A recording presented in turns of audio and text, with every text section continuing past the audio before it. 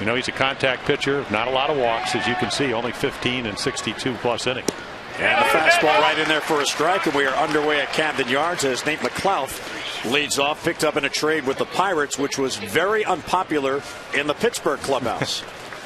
One of their star players dealt off after last year dealing off more. Foul ball down the line. Reimold long run over, and he gets there and makes the grab. Good hustle by Reimold, and one away. Yeah, we were talking, and you know, again, if you look at the Oriole defense, we'll come back to that. They padded the walls here because they bricked them, and so again, the wind blowing, it appears, from left to right. Reimold, PA in center field, Markakis in right, who's put on a throwing exhibition along with Brant Gore from Atlanta. Wigginton takes the place of Moore, and Dino, because of the injury, the appendectomy to his tourist. Roberts Huff around the infield, and then the veteran Greg Zahn behind the plate. Bunt attempt. Bergesen quickly pounces on it, and 2 away. You field your position well, you can take away base hits. Well, I'll tell you what, you know, a lot of times you get a guy trying to get on, and of course Escobar hit 2-run home run on Friday night, so this is huge right here. And what do you want to do? You want to come out of the bullpen. Probably your most difficult inning for a lot of pitchers is that first inning, and you make a good pitch to first batter, and then the second guy, who's one of their best hitters, pops a bunt up. When we were filling out our lineup cards, you made a comment about to pitch the final game of a 3-game series because of what you should have learned over the first 2 games. Now, what do you believe Bergesen was looking at, and what should he have learned? Well, I think he's learned, and Escobar, one of the guys, he had a slider for the 2-run home run. They've learned that Canaveras, you know, likes the ball out over the plate. Chipper Jones, on his way to the Hall of Fame, has been struggling, so you have a lot of situations where you just kind of learn. You see where their power is. You look at film now. It's so much different than in the era that I played in. Always kind of knew what guys did because of your advanced scouts. Wigginton hoping for a play, runs out of room. And I think the positive thing, and the Oriole bullpen came in last night, 5 scoreless innings, is you watch Brian Bash, you watch Baez, and you watch Sherrill, and you say, you know what, if I make my pitches, I have a chance to keep my team in the game and give them an opportunity to win. 2-1 pitch outside, ball 3. The one thing about Bergesen that's been evident since he has come up, and we had heard this about him as a minor leaguer, but until you see it, he is just so anxious to learn and get the ideas, as a ground ball to third on Wigginton, to get better. And you like that. A coachable kid who has some talent, learns how to adjust, and he has a 3-up, 3-down inning. Braves go in order. Here come the Birds.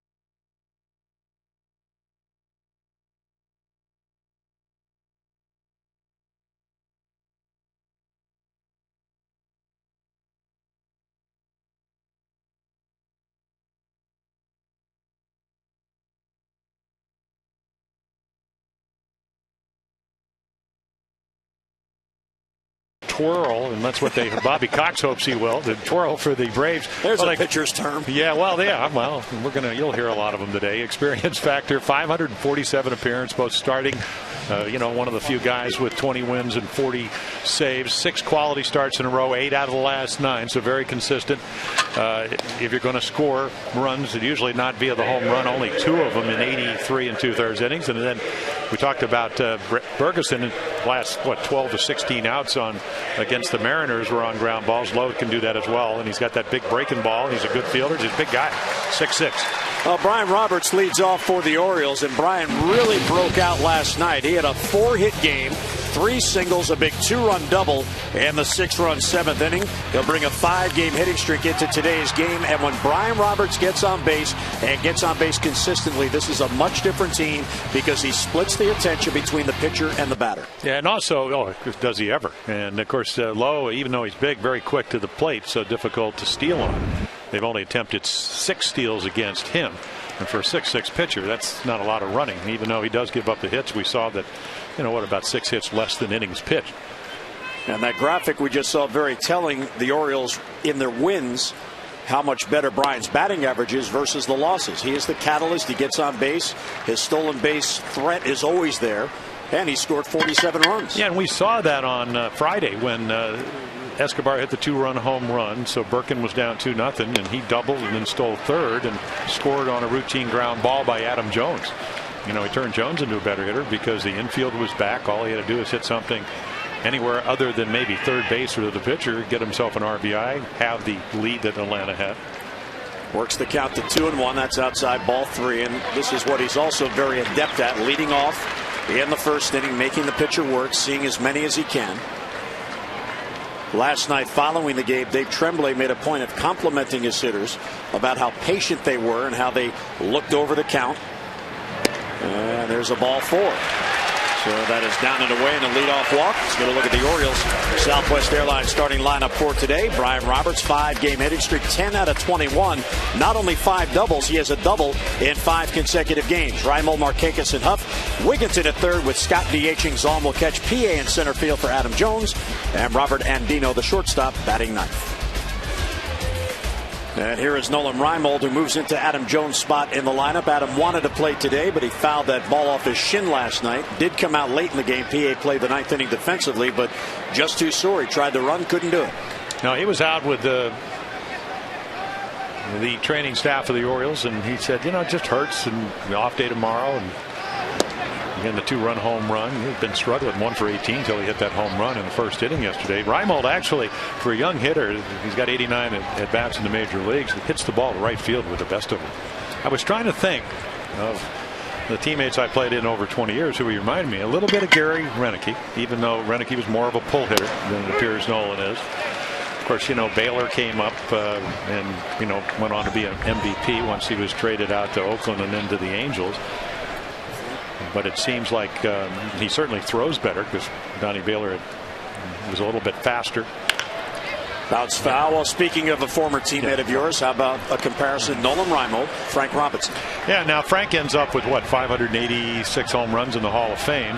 So a pretty good start. Early career games. Well, and Frank's playing for Cincinnati, as you can see. Played over there and then came to the Orioles in 1966. So that's a pretty good start. Nolan last year had his breakout year. Roberts runs, pitch outside. McCann won't even throw. Oh, did Bryant pick a perfect pitch to go on? That ball dipped down and away from Reimold, and McCann had a backhand at stolen base number 13. Yeah, 1-2 pitch, and a lot of times, and the one low, everybody talks about his sinker, but he's got a pretty good breaking ball, so you can see Brian McCann has to reach the ball outside, low and away to Nolan Reimold, and very difficult. If you're a high fastball pitcher and you get the ball up, catcher can move more towards second base. McCann did the wise thing. Chance for an RBI. 2-2 is low ball 3. And this is another aspect of Nolan Reimold that we've noticed since he's come up, is that he's a slugger. And with sluggers, you generally think free swingers. He is the opposite of that. He is very patient. Well, he is. And, I mentioned the last 2 nights, Terry Crowley, his hitting instructor, said the swing is smoothed out a little bit. And boy, it's great to come to the big leagues, whether you're a pitcher and you have a great pitching coach like Rick Kranitz, or you get the king of swing like Terry Crowley, who is going to give you drills to shorten your swing. 3-2 is high, ball 4. So back-to-back walks to begin the game, and 2 very patient at-bats against Derek Lowe. Yeah, Bobby Cox is sitting on the bench thinking, what, this is not the typical Derek Lowe. He has to take advantage of this defense. Anderson, McLeod, Francoeur, who can throw with the best of them out in right field. Fredo, Escobar, Johnson, Canaveras. He's taken over for Casey Kochman, who's on the DL, and then Brian McCann, a couple of years ago, a all-star catcher. And here is Nick Markakis batting third. 7 home runs and 40 RBIs, and he's been sitting on 40 RBIs now for 13 consecutive games. Big spot for him here. And it's outside, ball 1. Well, we talked about timely hitting in the opening. And you can't. It's not like cruise control where you just, if you have it on your car, you just push the button and hope it works.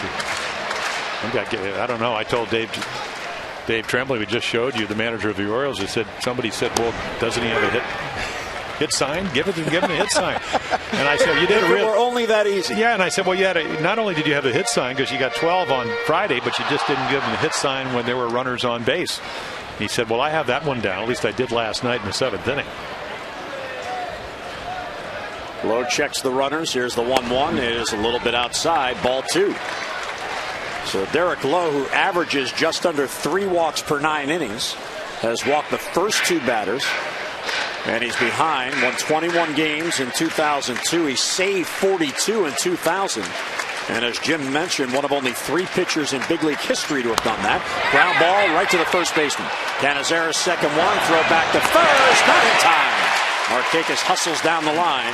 Lead runner Reimold is out, but first and third and 1 down. Yeah, that is exactly what Derek Lowe was looking for because he's a ground ball pitcher. Try to get a double play. Again, if this is Casey Kochman, they probably turn this double play, but Canizares has to turn, has to do a 180. I mean, they do a nice job of it, but Nick hustling all the way will create the first and third situation.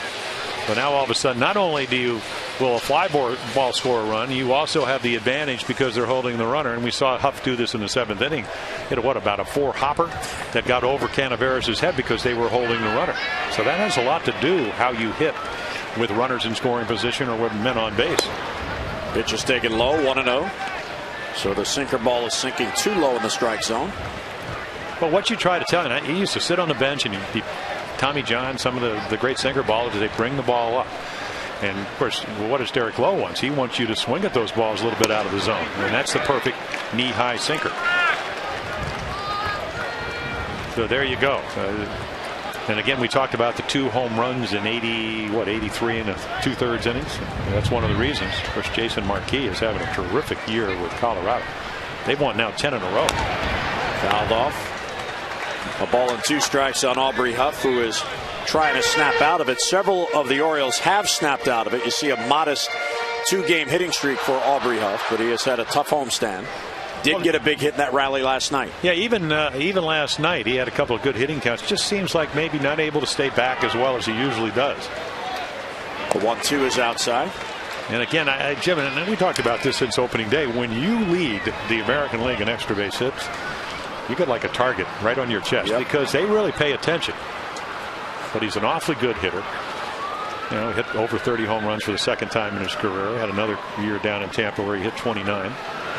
2-2 is sliced foul down the left side, and a further extension of what you're talking about.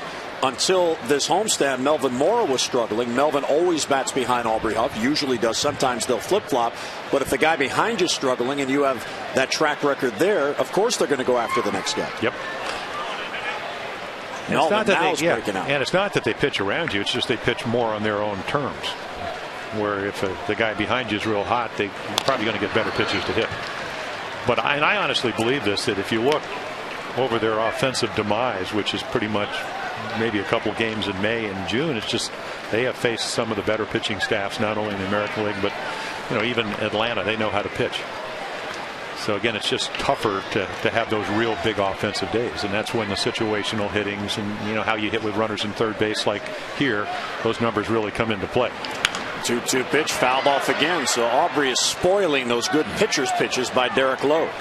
And what Lowe does so well, lefties came in with no home runs, hitting 189. And I asked Roger McDowell, his pitching coach, I said, why? He said, well, he's got the big breaking ball. Haven't seen him throw a changeup yet, but he'll turn the ball over, and then, of course, he's got the sinker. Another 2-2 pitch is bounced towards the hole. Glove there by Johnson, only play to first, and the Orioles get a run. So Markakis hustling down the line to prevent the double play pays off. Huff with the RBI ground out, and the Orioles manufacture a run for a 1-0 lead. Yeah, the infield looks like it's speeding up a little bit here at Camden Yards as we get into the summer, because that ball, a lot of overspin.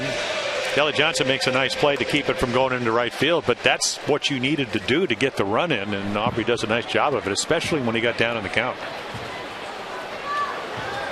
So another chance for an RBI as Markakis now at second base for Ty Wigginton. He takes low 1-0.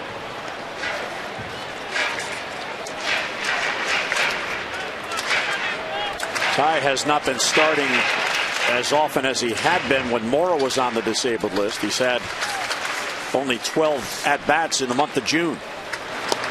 There's a strike, 1-1. Yeah, how are you going to hit that pitch? You don't even think about swinging that pitch. That's how good that was.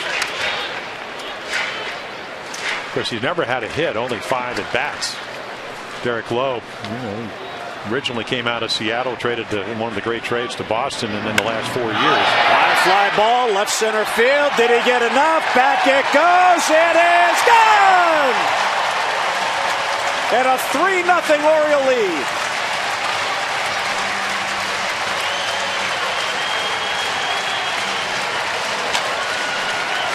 Well, there's your timely hit.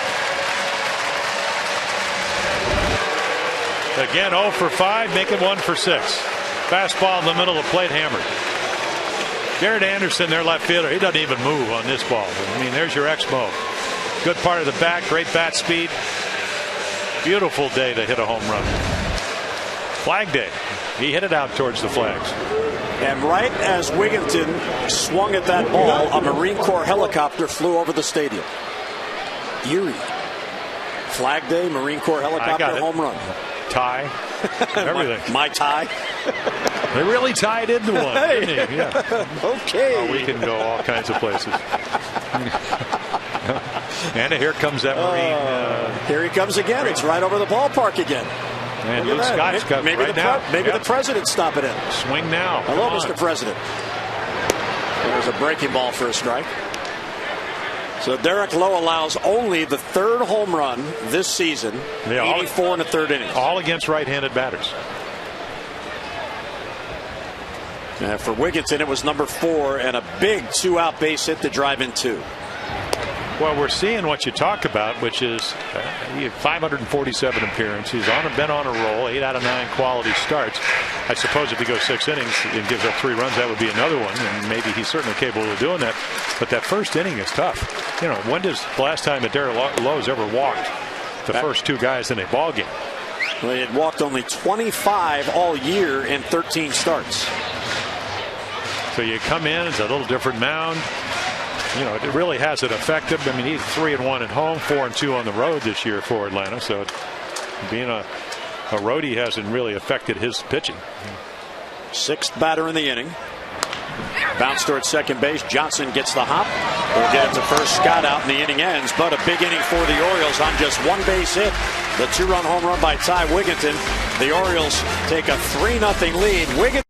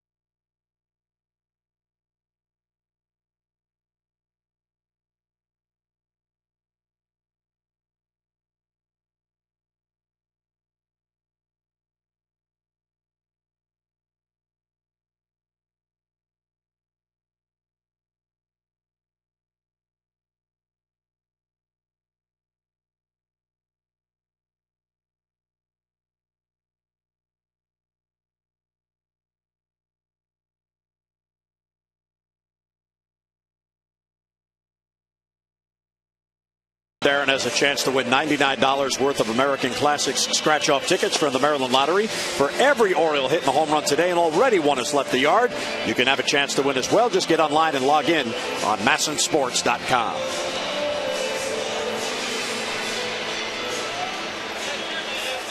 3-0 game, and I'm amazed at how Nicole Sherry can get the logo on the outfield grass that perfectly. Here's Brian McCann leading off against Bergesen, who now has a 3-0 lead.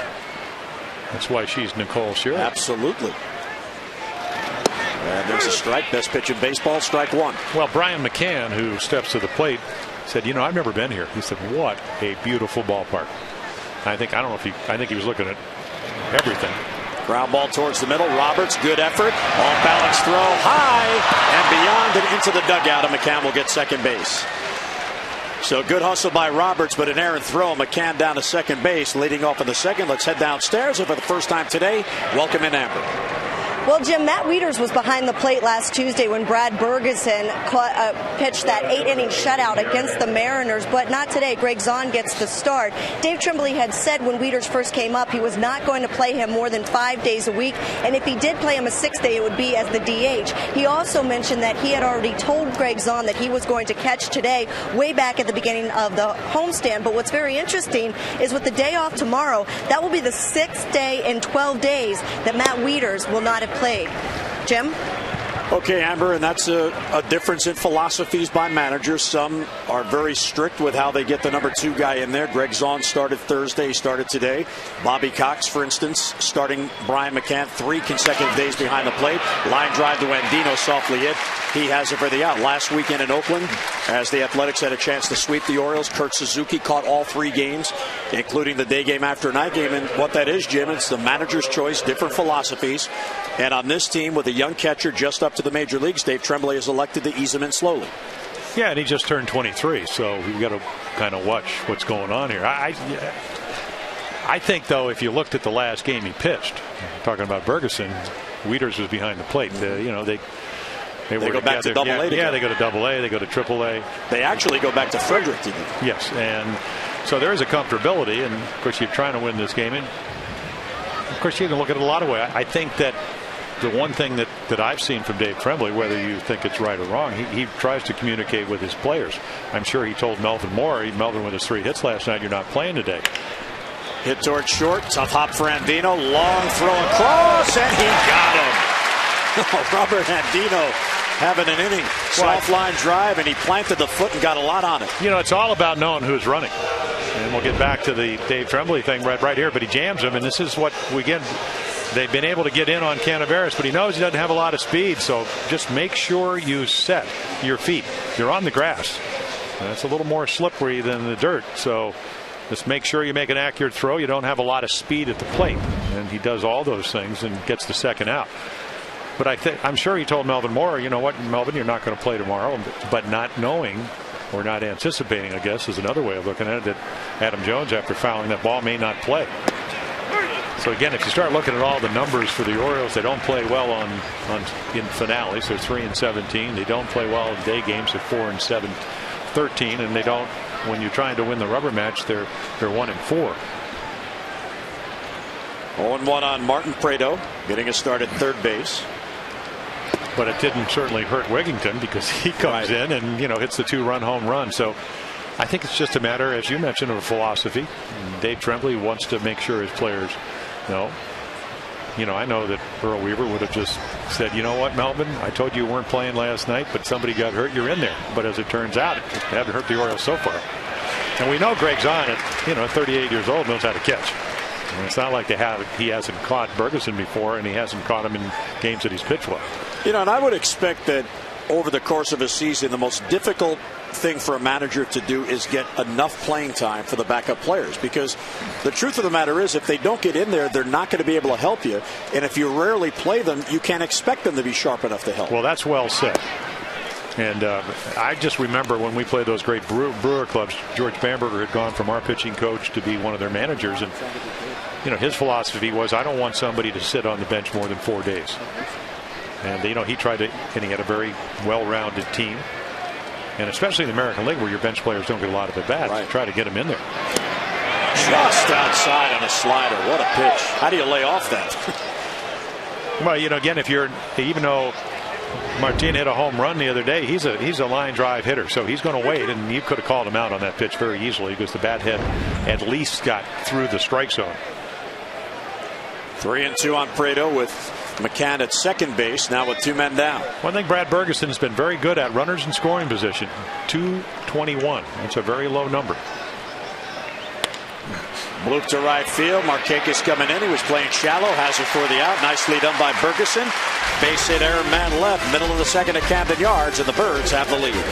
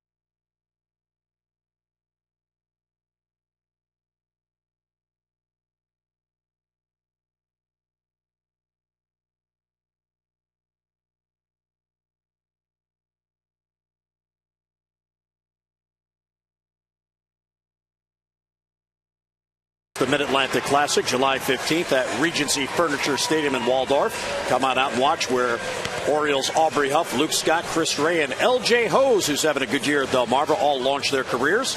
You can see all the action live on MASN HD. Game time 7:05. Get out early for the Home Run Derby at 5:30. Admission is free. Donations greatly appreciated. For more info, Ripken Senior, collegebaseball.org, or on the phone, 410-588-9900. I've seen this prono. I wonder, is Cal and Billy, are they part of the Cal Ripken All-Stars? I would think they would be. It's a senior foundation event, right? Yeah. Get to see Cal play again. Yeah, it'd be interesting to see if that's the case. Well, occasionally I see Billy around town, so I'll ask him, and I'll get back to you. Okay, please do. Here's Greg Zahn leading off against Derek Lowe, and it's Lowe 1-0, so Lowe falls behind another hitter. Well, what he wants to do, the Orioles obviously, and we saw the Braves do this. They got the early lead on Friday and then tacked on some late runs to win it 7-2. Lowe wants to keep the Orioles right where they are, and the Orioles just want to start pinging away. Yeah, this is where those add-on runs really help. And it's obviously very early. You're in the bottom of the second inning, but in his last game, and I watched this game, he beat Pittsburgh where he gave up some early runs. He was pitching against Ross Ohlendorf, who was pitching great, and then they came back and beat the Pirates, and he hung around long enough, only giving up 3 runs, which is what he's already given up. Because to me, that's kind of the challenge as a starting pitcher. You come out of the bullpen saying, you know what, I'm going to pitch a shutout until they score a run. The last thing you want to do is give up 3 in the first. Zahn rips it towards the right field corner, and that's going to bounce off the scoreboard. Big hop for Frank Cora. With that arm, he'll settle for a leadoff single. Yeah, you think Greg Zahn paid attention for the clinic that Markakis and especially Frank Cora has made in the first 2 games? Well, there you go. Hittable pitch. You talked to once again getting behind the Oriole hitters. This is not the way Derek Lowe wants to pitch because he can't sink it.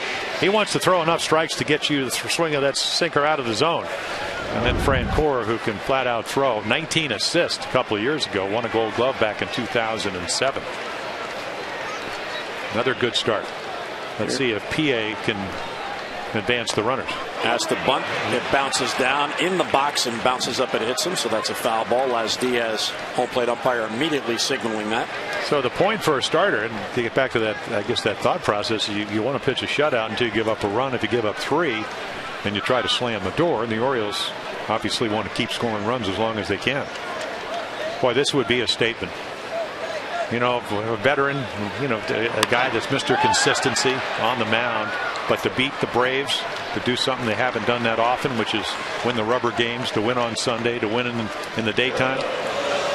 And they got the right guy on the mound for him, at least the way Bergesen has pitched. Just keep adding runs and make it easier for him. Derek Lowe has been around since 1997. Jim mentioned the trade. He broke in that year with the Mariners, and the Mariners were in the playoff hunt. In fact, the Orioles that year played the Mariners in the playoffs, and they traded Derek Lowe and Jason Varitek to Boston for Heathcliff Slocum because they needed Slocum for the postseason. Well, I guess it worked out okay for that one season, that one postseason, although the Orioles beat them 3-1 in the first round. But Derek Lowe went on to become a star with the Red Sox and then went to the Dodgers as a free agent, now with the Braves. Yeah, then you get a bonus pack of having a switch hitting catcher that is the captain of the Red Sox. Yeah, exactly. And, you know, all-star catcher. But if if you want to know how consistent going back since they made him a starter, if the guy that's won the most games since 2002. There's a base hit to right field for Andino. He hit behind the runner, softly hit. Zahn easily will get to third. Robert Andino continuing to fill in very nicely for Cesar Esteuras. He gets a base hit. His 5th hit on the homestand. The Birds have something going here in the second. Let's look at our Exmo right here. Now, you are what you are. And you can see right there, pretty good breaking ball, but you're a contact hitter. Only one extra base hit all year. So why be swinging for home runs? If you hit singles, hit them. Line drive hit, made a great approach, covered the outside corner. Exmo showed you that. If you bail on that ball, in other words, open up that front shoulder, you don't hit it. You pop it up, maybe swing through it.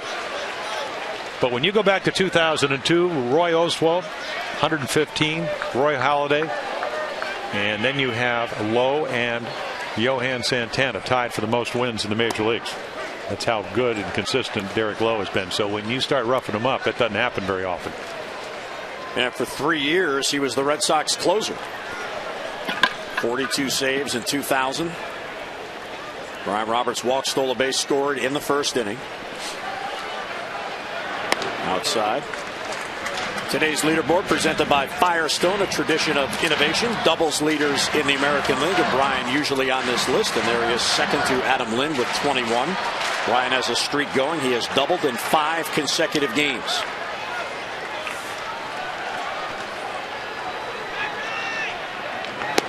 Swings through that, 1-2. Well, only last year's MVP had more doubles.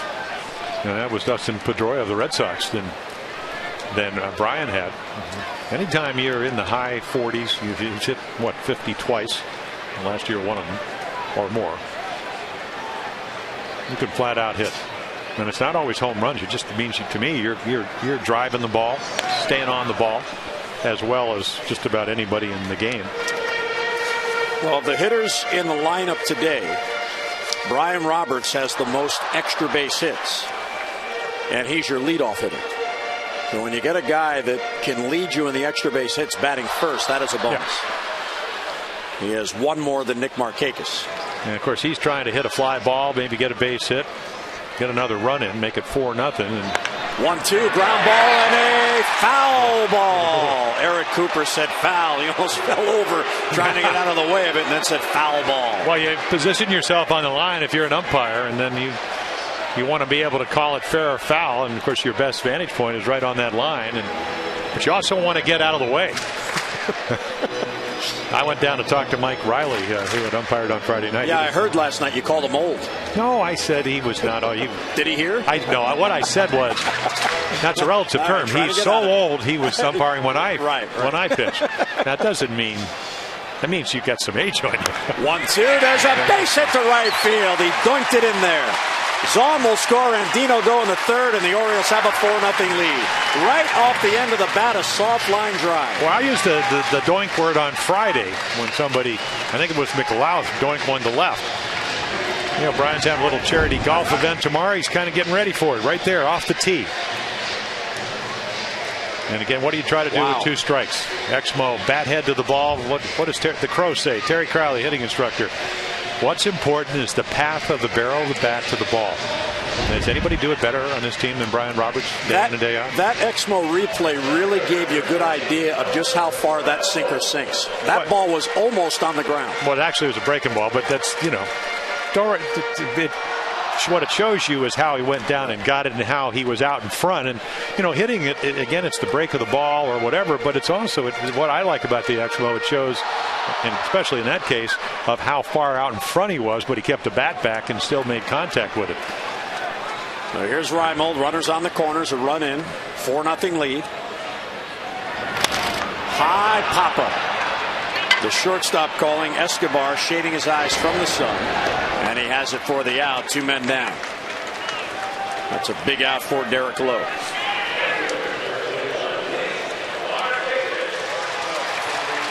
It's a big out unless Markakis can pick him up.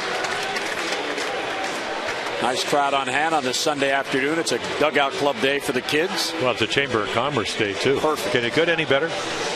Kids are in the upper deck in left field. Always a lot of noise when it's a dugout club day. Sun-splashed crowd here at Camden Yards, wouldn't you say? Yes. No humidity. What, 40? I heard you say 40. Brian broke on movement. They got him picked off. And Dino coming towards the plate. Throw to the plate. Oh, and what a mistake by Escobar. They had Roberts, and instead he turned it, throws to the plate, and the Orioles get a run. And Dino broke at the right moment. He'll get credited for a steal of home, and the Orioles have a 5-0 lead. Well, you got to credit Robert Andino, but you also have to credit Juan Samuel. He said, get off. And right here, all you do, I think he had a better chance of tagging Brian before he could make the throw. So, again, he gets the right lead, urged by the third base coach, Juan Samuel, and, boy, they get a bonus run. And Derek Lowe, I'll tell you what, I've been out there when it happens. Heart sinking. You've given up 5 more runs than you anticipated. It all started in that 7th inning last night. A couple of walks, an error, wild pitch, holding guys on, ground balls going through, high choppers getting over infielders' heads. A couple of line drives by Roberts and Mora. It all adds up.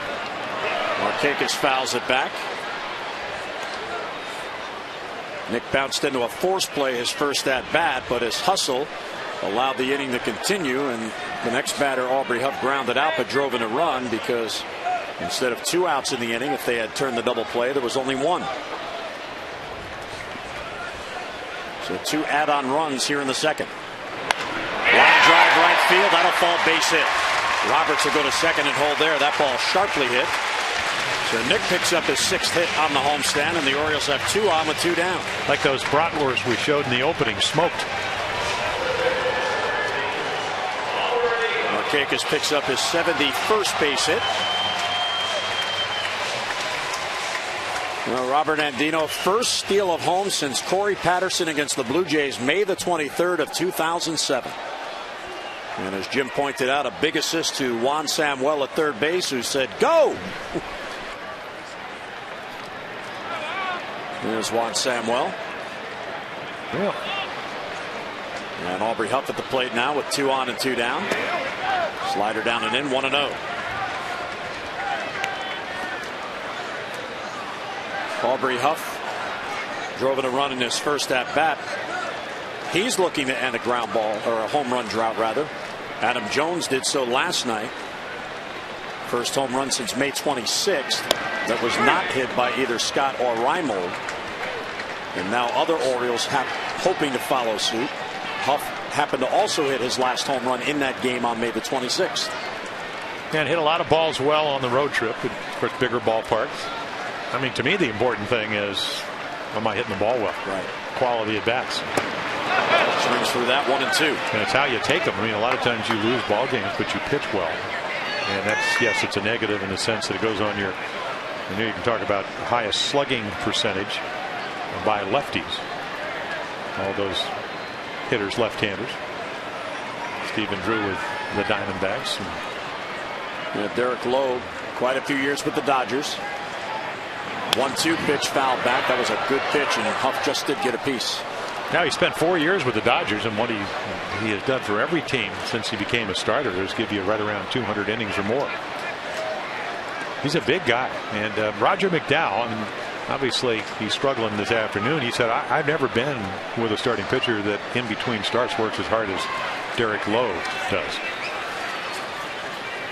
Well, remember a sinker baller who was here, Scott Erickson, same type of work ethic. He was very much so into the physical fitness part, and as a sinker baller, wanted to keep that lower body strong. And if Scott Erickson pitched on a Monday, if you came out to the ballpark Tuesday, you'd find him in the stands running up and down and up. Well, you know, it's funny. When Mike Flanagan, he was at the ballpark early when Nolan Ryan was still pitching, and Flanagan says, I've never seen anybody work as hard as Nolan. And he pitched till middle 40s. Derek just turned 36. So again, with the money you're getting paid now and the fun of actually going out there and competing and winning games and helping teams and getting your fans excited, you want to do it as long as you can. Off the end of the bat to left field, playable for Garrett Anderson. Moves in on it, has it for the out. Inning ends, but the Orioles get 2 on the board, stealing the second. 4 hits in the inning. Third inning coming up. The Birds in front.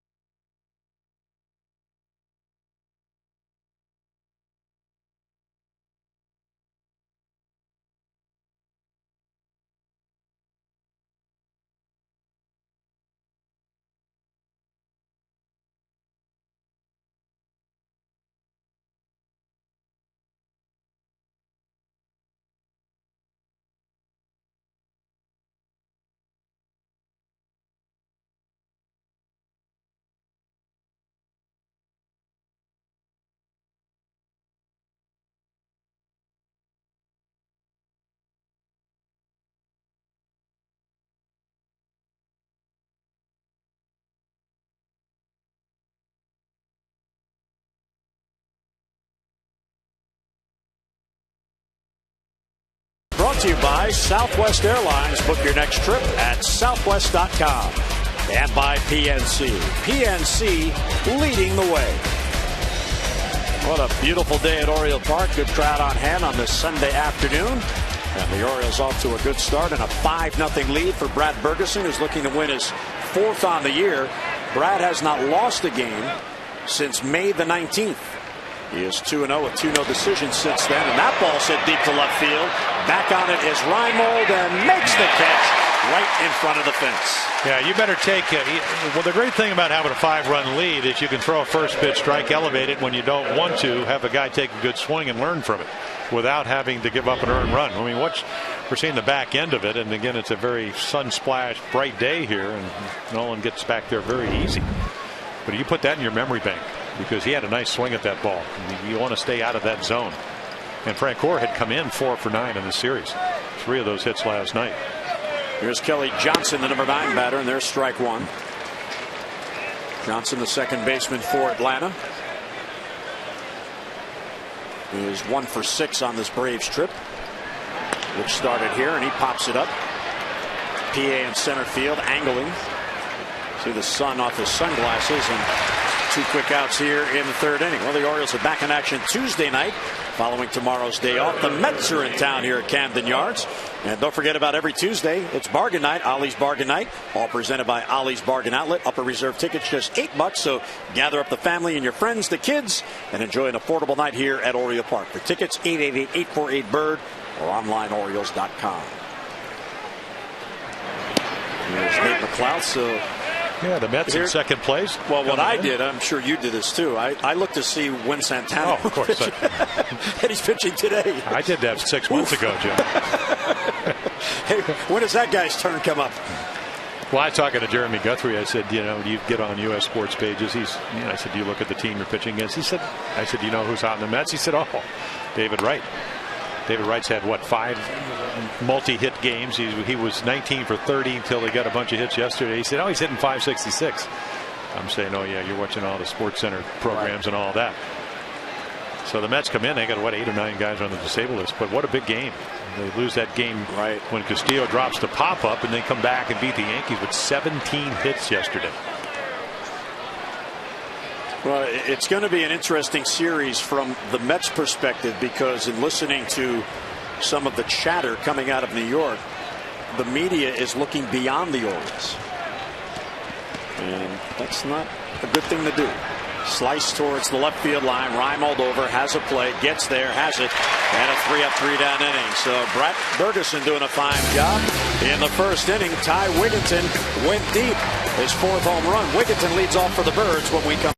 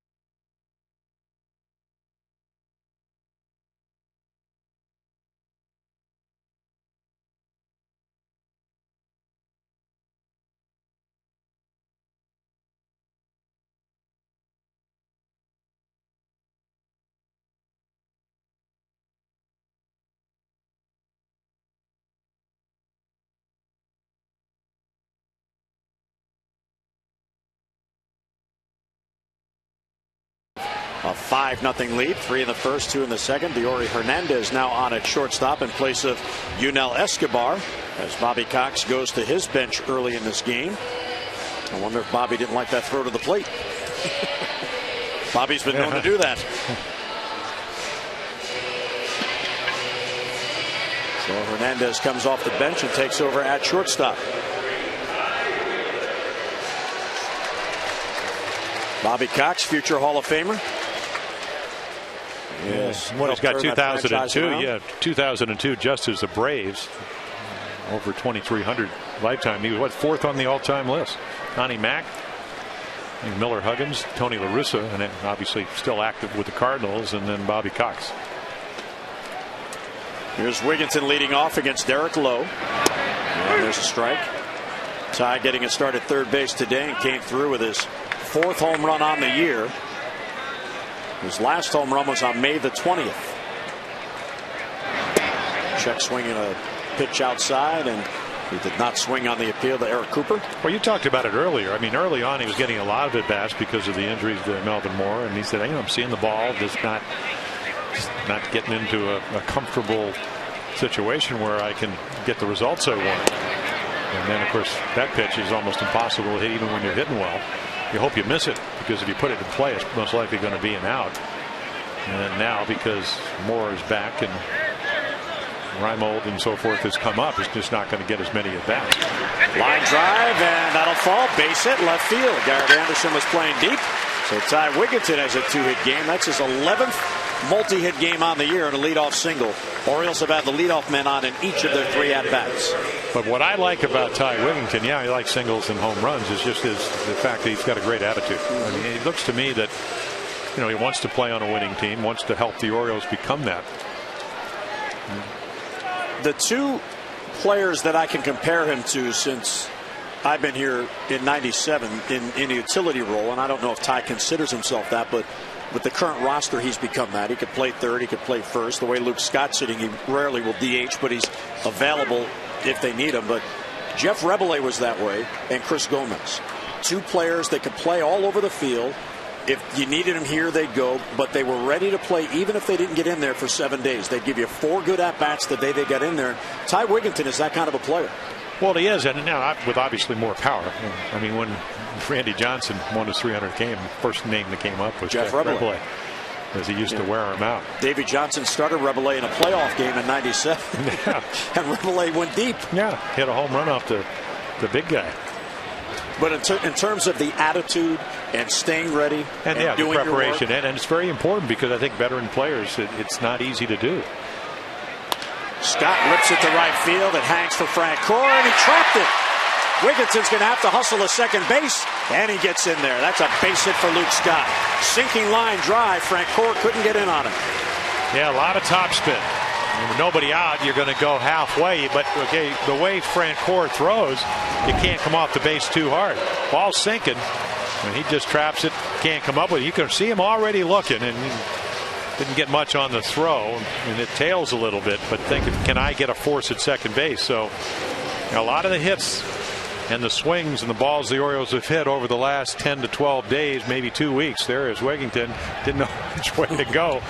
I'm not going back there because Luke Scott's going to be there. All of a sudden they're starting to fall. Orioles have 7 hits already. Here's Zahn.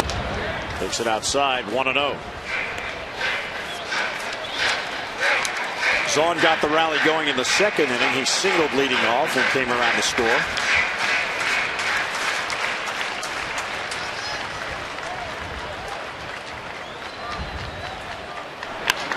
Slice foul the other way.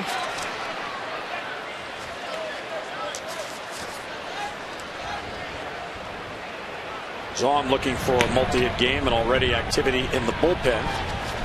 There's Medlin getting loose. Medlin, one of the 5 right-hand relievers in that bullpen. As our jib cam snooped in there into the Atlanta bullpen. 1-1 is a called strike on the inside corner. You like that camera, don't you? I could just see you buying a sailboat because of the jib and all the other stuff going on here. Hey, Eddie does a good job on that. He gets his views that you might normally not get. He has that long extension and peers in at the bullpen. That's a skill, you know. You gotta work the jib and keep the camera in focus. Just outside, and make sure Tim, the director, is happy with your work. I mean, that's a lot of pressure on that guy out there. Serious pressure. 2-2. Sounds like marriage. Okay, here comes a 2-2 pitch to Greg Zahn. Outside, ball 3. Well, that's that breaking ball that Roger McDowell, the Braves pitching coach, said that usually is effective. He backdoors it. Today, a little bit, ball's not sinking as much. Getting behind the hitters. He's thinking right now, what can I do?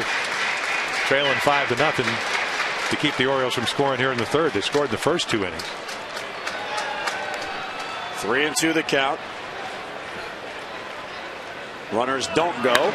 Pitches grounded towards the middle. There's a base hit up the middle. Wigginton will be held at third. So Greg Zahn comes through with a base hit. He's 2 out of 2. And the Orioles have the bases loaded, none down on 3 consecutive singles. That was some at-bat by Zahn. Well, it really was. And most likely, I mean, if this is not a 5-0 game, Juan Samuel's going to send Wigginton. I mean, slow ground ball up the middle. McLeod has been very reluctant to throw. Not that Frank Core in right field, but Nate McLeod hasn't made a lot of throws. But again, when you're up 5-0, I don't think you want to risk.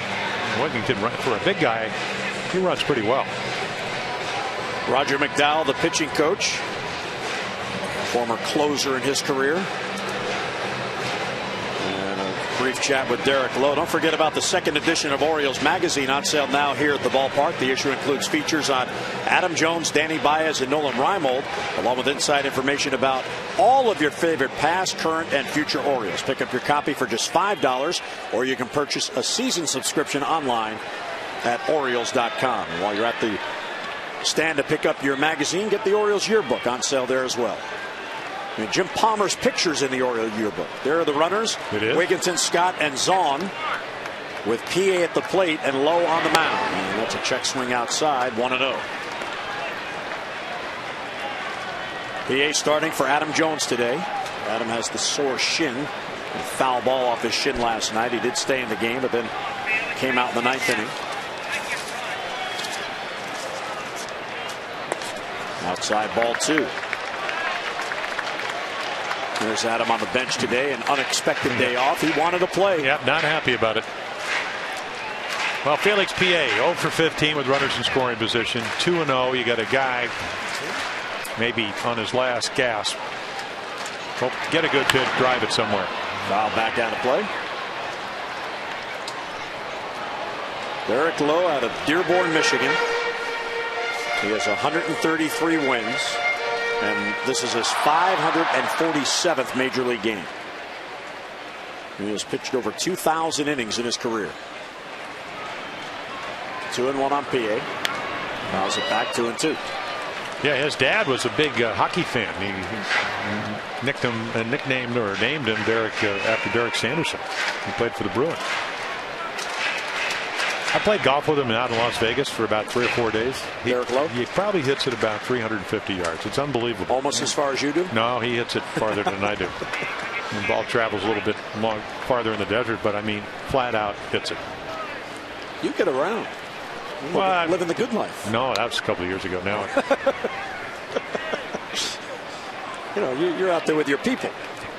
Try to be. I'm still working on that. I don't have any people. 2-2 on PA. Bases loaded.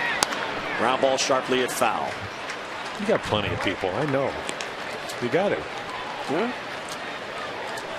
Are you trying to tell me, okay, you got a great, nice suit on today, right. Good looking shirt, nice, great tie, Flag Day tie. You bought all that by yourself? Well, no, Bonnie helped. Okay, so you have people. Well, it's your wife. She's here today and she might be listening, so we got to. That's right. That's a compliment. Okay. And your people have good taste. The 2-2 pitch is popped up. Shallow left. Hernandez, the shortstop, has it for the out. And the runners have to hold one down. That was far enough out there that the infield fly rule was not called. None of the umpires signaled that, but nonetheless, Hernandez has it for the out and one down. Here's Robert Andino, who singled his first at bat. Andino now has 5 hits on the homestand, doing a very good job filling in for Cesar Estouras, who unfortunately had to undergo an appendectomy on the West Coast last week. Down and in, 1-0. Well, big time of the game for the Orioles, because again, if you want to go back and retrace the struggles over 2.5 weeks, it's been those tack-on runs early when you get these kind of opportunities. Bottom of the lineup. Outside, ball 2. You know, Lowe wants to take advantage of that, and the Orioles want to take advantage of that. He's not on the top of his game today.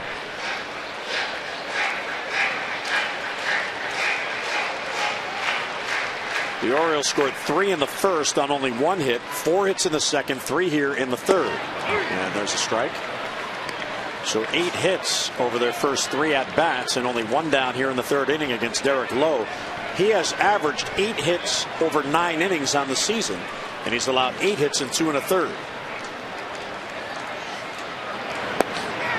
Good eye, ball 3. Well, he pitched the game early on when he was with the Red Sox, and Terry Crowley was the hitting instructor, and I think he gave up 1 hit at about the 7th or 8th inning, and Crow kept going back in and looking at the camera because they thought that the Orioles were swinging at bad pitches, but he was swinging at a sinker that would start in the middle of the plate and just dive down and in to the right-handed hitters. There's a strike, 3-2. And Dino thought he had ball 4. Well, that's all right. I mean, the point is you got a young hitter, as we mentioned, only the extra base hit, the double. So again, if you don't get a real good pitch to hit, and this is not, this is a ground ball pitch. Down and away could have easily been called a ball. So to me, a pretty wise decision by a young hitter. Wigginton, Scott, and Zahn the runners. 3-2 pitch is fouled off.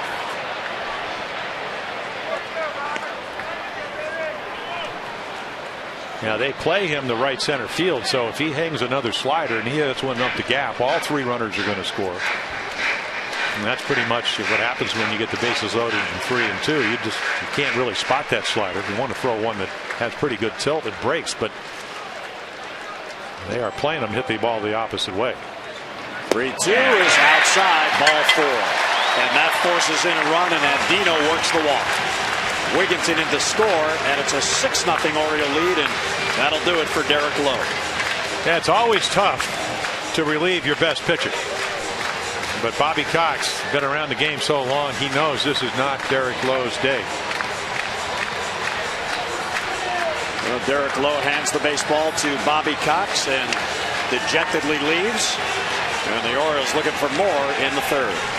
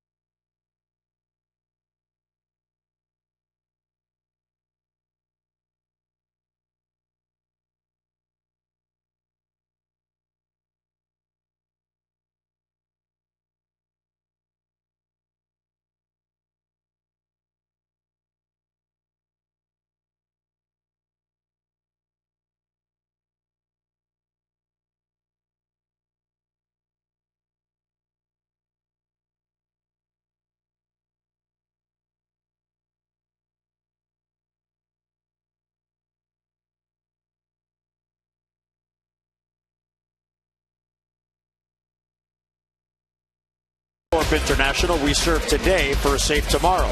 By Panasonic Toughbook Computers, Toughbook for a tough world. And by Navy Federal Credit Union, where we serve, where you serve. We air today's game on Masson in celebration of the U.S. Army's birthday. The United States Army is the largest and the oldest established branch of the United States military. We want to thank all of the past and current members of the United States Army for their work and dedication in helping protect our country and preserve our freedom. And there's a 13-star flag. Here is Chris Medlin on in relief of Derek Lowe. Yeah, came up as a starter last year, AA starter down in Mississippi. After being a reliever his first 3 years in baseball, comes from Southern California. Went to Santa Ana Junior College. Not a big guy, 5'10", maybe 170 pounds. So they brought him up. He's 1-2 as a starter, but in his last appearance, and that was against the Pirates, 1 hit in 3 scoreless innings. So he's got all the pitches to start. Roberts to left field. That's deep enough to get a run in. Scott will tag. Garrett Anderson has it. The throw comes in towards third base. Here's Luke Scott. Sac fly and an RBI. And a 2-run inning for the Birds. And now 7-0 in favor of the Orioles. Well, you're seeing what happens when not only do you hit well, but the other team walks people. They don't command their stuff. And then all of a sudden, you talk about what slump? What did Wade Boggs used to say? I'm never in a slump. I'm just in a period of adjustment. That's a good way to look at it. And the Orioles have adjusted well. Here's Nolan Reimold. Zahn held at second and Dino's at first.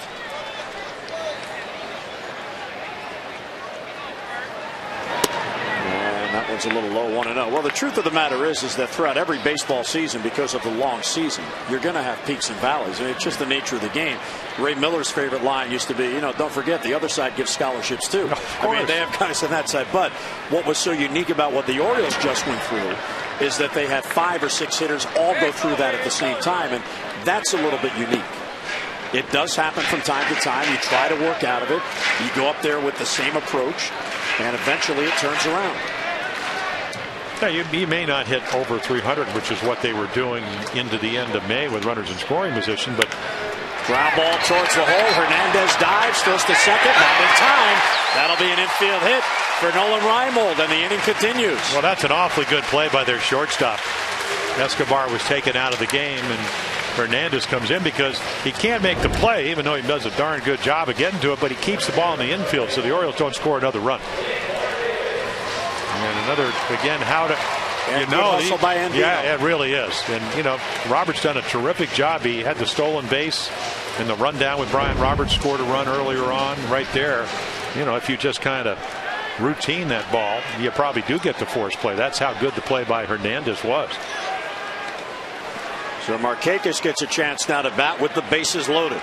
It also gets Reimold another base hit. He had 3 of them last night. There's a strike. Reimold has been very consistent. 6 multi-hit games and now has 6 hits on the homestand. As he eases his way through, and he told Amber last night on the O's Extra post-game show that the biggest adjustment at this level is you have to learn the pitchers. And they're all good.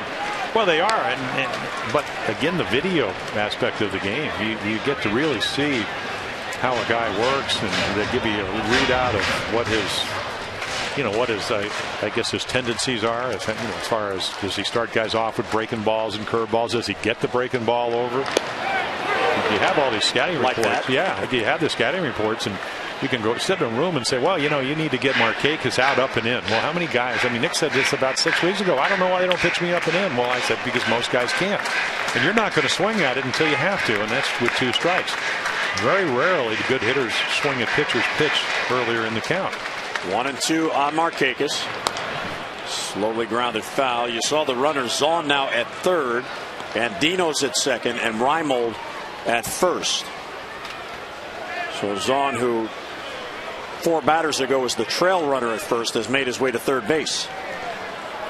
So now the speed is in the correct order with the faster runner at first base. Trying to follow that. And Markakis down on strikes as Medlin gets it to end the inning. But a huge inning for the Orioles. 8 batters come to the plate, 2 more runs. Roberts a sac fly and a 7-0 lead.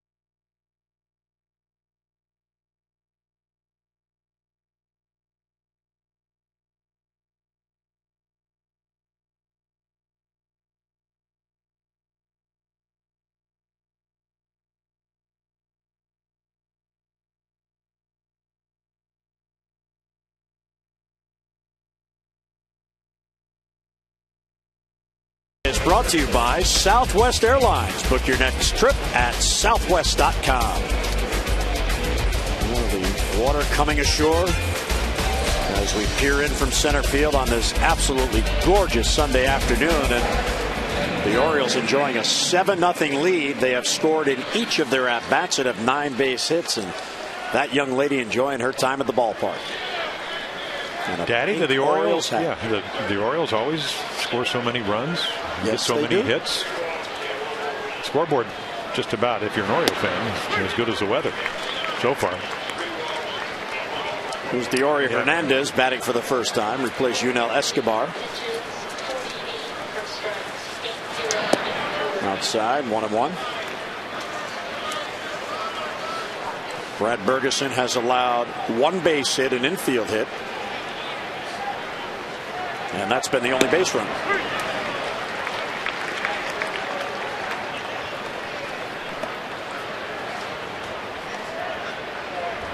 Escobar had one at bat. He bunted, popped it up, and Bergesen caught it. There's a swinging strike 3 on Diori Hernandez. Strikeout number 1 for Bergesen. Well, we talked about scouting reports and executing pitches. Well, Brad Bergesen over his last 3-4 games has done that so much better than early on. I mean, there's the good breaking ball 0-2. You always talk about throwing it under the strike zone, and there's your expo swing. The change of speed, the break of the ball gets him out on his front foot. And look at that efficiency. Fouls it back. Well, I was talking to him the other day, and I said, boy, that was one of the best games I've seen pitched in a long time, the game against the Mariners. He said, well, I'm just getting a little bit more comfortable. We talked to Roger McDowell. You mentioned the pitching coach for the Braves, great sinker baller.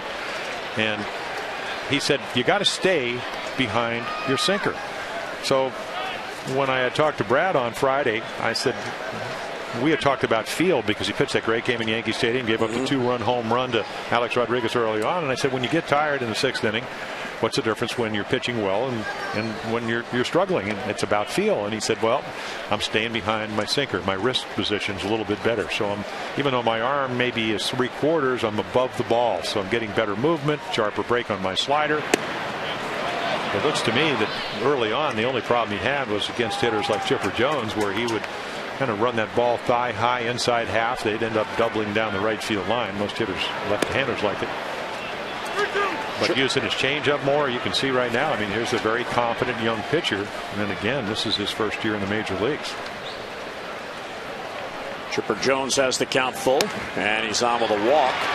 He was hitless in the series, and he's on with a 1-out walk.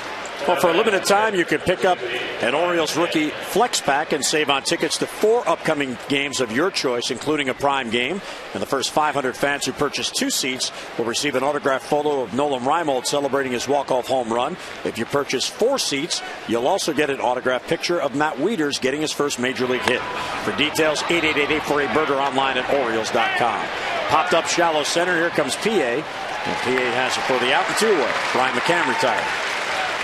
Yeah, PA and Adam Jones, they play a little different center field. Felix plays a lot deeper. And Adam very shallow center fielding as far as his positioning. And PA again on this bright day coming in very quickly. I was listening to so many games. When you don't do games, you're flipping channels and all that. And it kind of reminded me what Earl Weaver used to always say. It's a lot easier to come in than to go back. Unless you're Paul Blair or you're Adam Jones or people like that. And then you take away a lot of those line drive base hits. Garrett Anderson, the longtime Angel, now with the Braves. He hits that deep to right field. Markakis won't get it. That's back against the scoreboard. Nick has it, a fire back in. And Anderson will settle for a long 2-out single. Well, after the 3rd game, whether you're pitching or you're a hitter, we've seen Francoeur and Markakis throw so well from right field. I mean, they've just put on a clinic. If you hit the ball hard to right field, they just kind of settle in at first base because of the way they play it off the wall. And you can see that, again, Nick Markakis, what, 8 assists already this year? At 17 last year. So the runners now on the corners. There's Nick in his home ballpark. Really knows how to play those caroms off that scoreboard. Swing through. Barbaro Canizares. Well, you know what he's done, Jim. If we went back and looked at all his at bats, he has moved off the plate because they've been wearing him out up and in. So he's moved off the plate. Terry Pendleton, the hitting crutcher, he just moved about 6 inches off the plate. And what's he do? Drops the slider down and away. Bounce it off. And part of being a good catcher, and this is something that Matt Wieters is going to have to learn, is that you have to really watch the hitter, because even in games they'll make adjustments. Greg's on it again, just turned 38. Matt's going to, again with the experience, he's going to learn these type of things. He figured, hey, this guy's made an adjustment because of the way we pitched him, and they make him reach for that. Andino back of the bag gets it to Roberts for the out. Andino saves a run. What a play by Andino as that ball squirted past the mound, nearly got through, and the force out at second base. The Orioles keep the Braves off the board.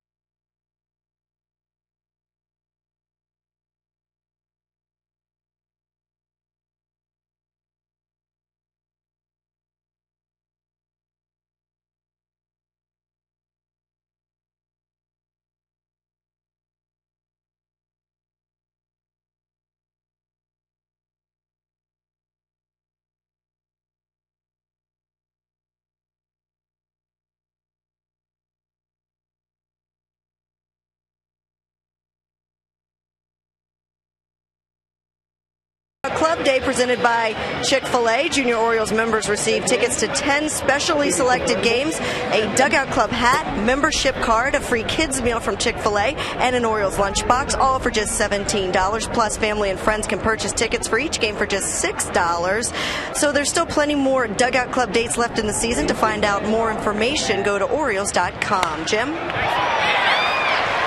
All right, Amber, and Aubrey Huff, first ball swinging in the fourth, rips it in the right field, and he's on with the leadoff single. So Aubrey now 1 out of 3, and the hit parade continues. Yep. And it does against Derek Lowe, who departed. This really was not on his game at all today. And Chris Medlin, he's a strike thrower. But again, you learn when you come to the big leagues, even if you throw a first pitch strike, it better be located well. It looks like Medlin's right around 89 miles per hour. That ball down and in, and Aubrey's all over it. Northrop Grumman, the information systems powerhouse, bringing us our pitch tracks. And Aubrey picks up the hit. He has an RBI and a ground out.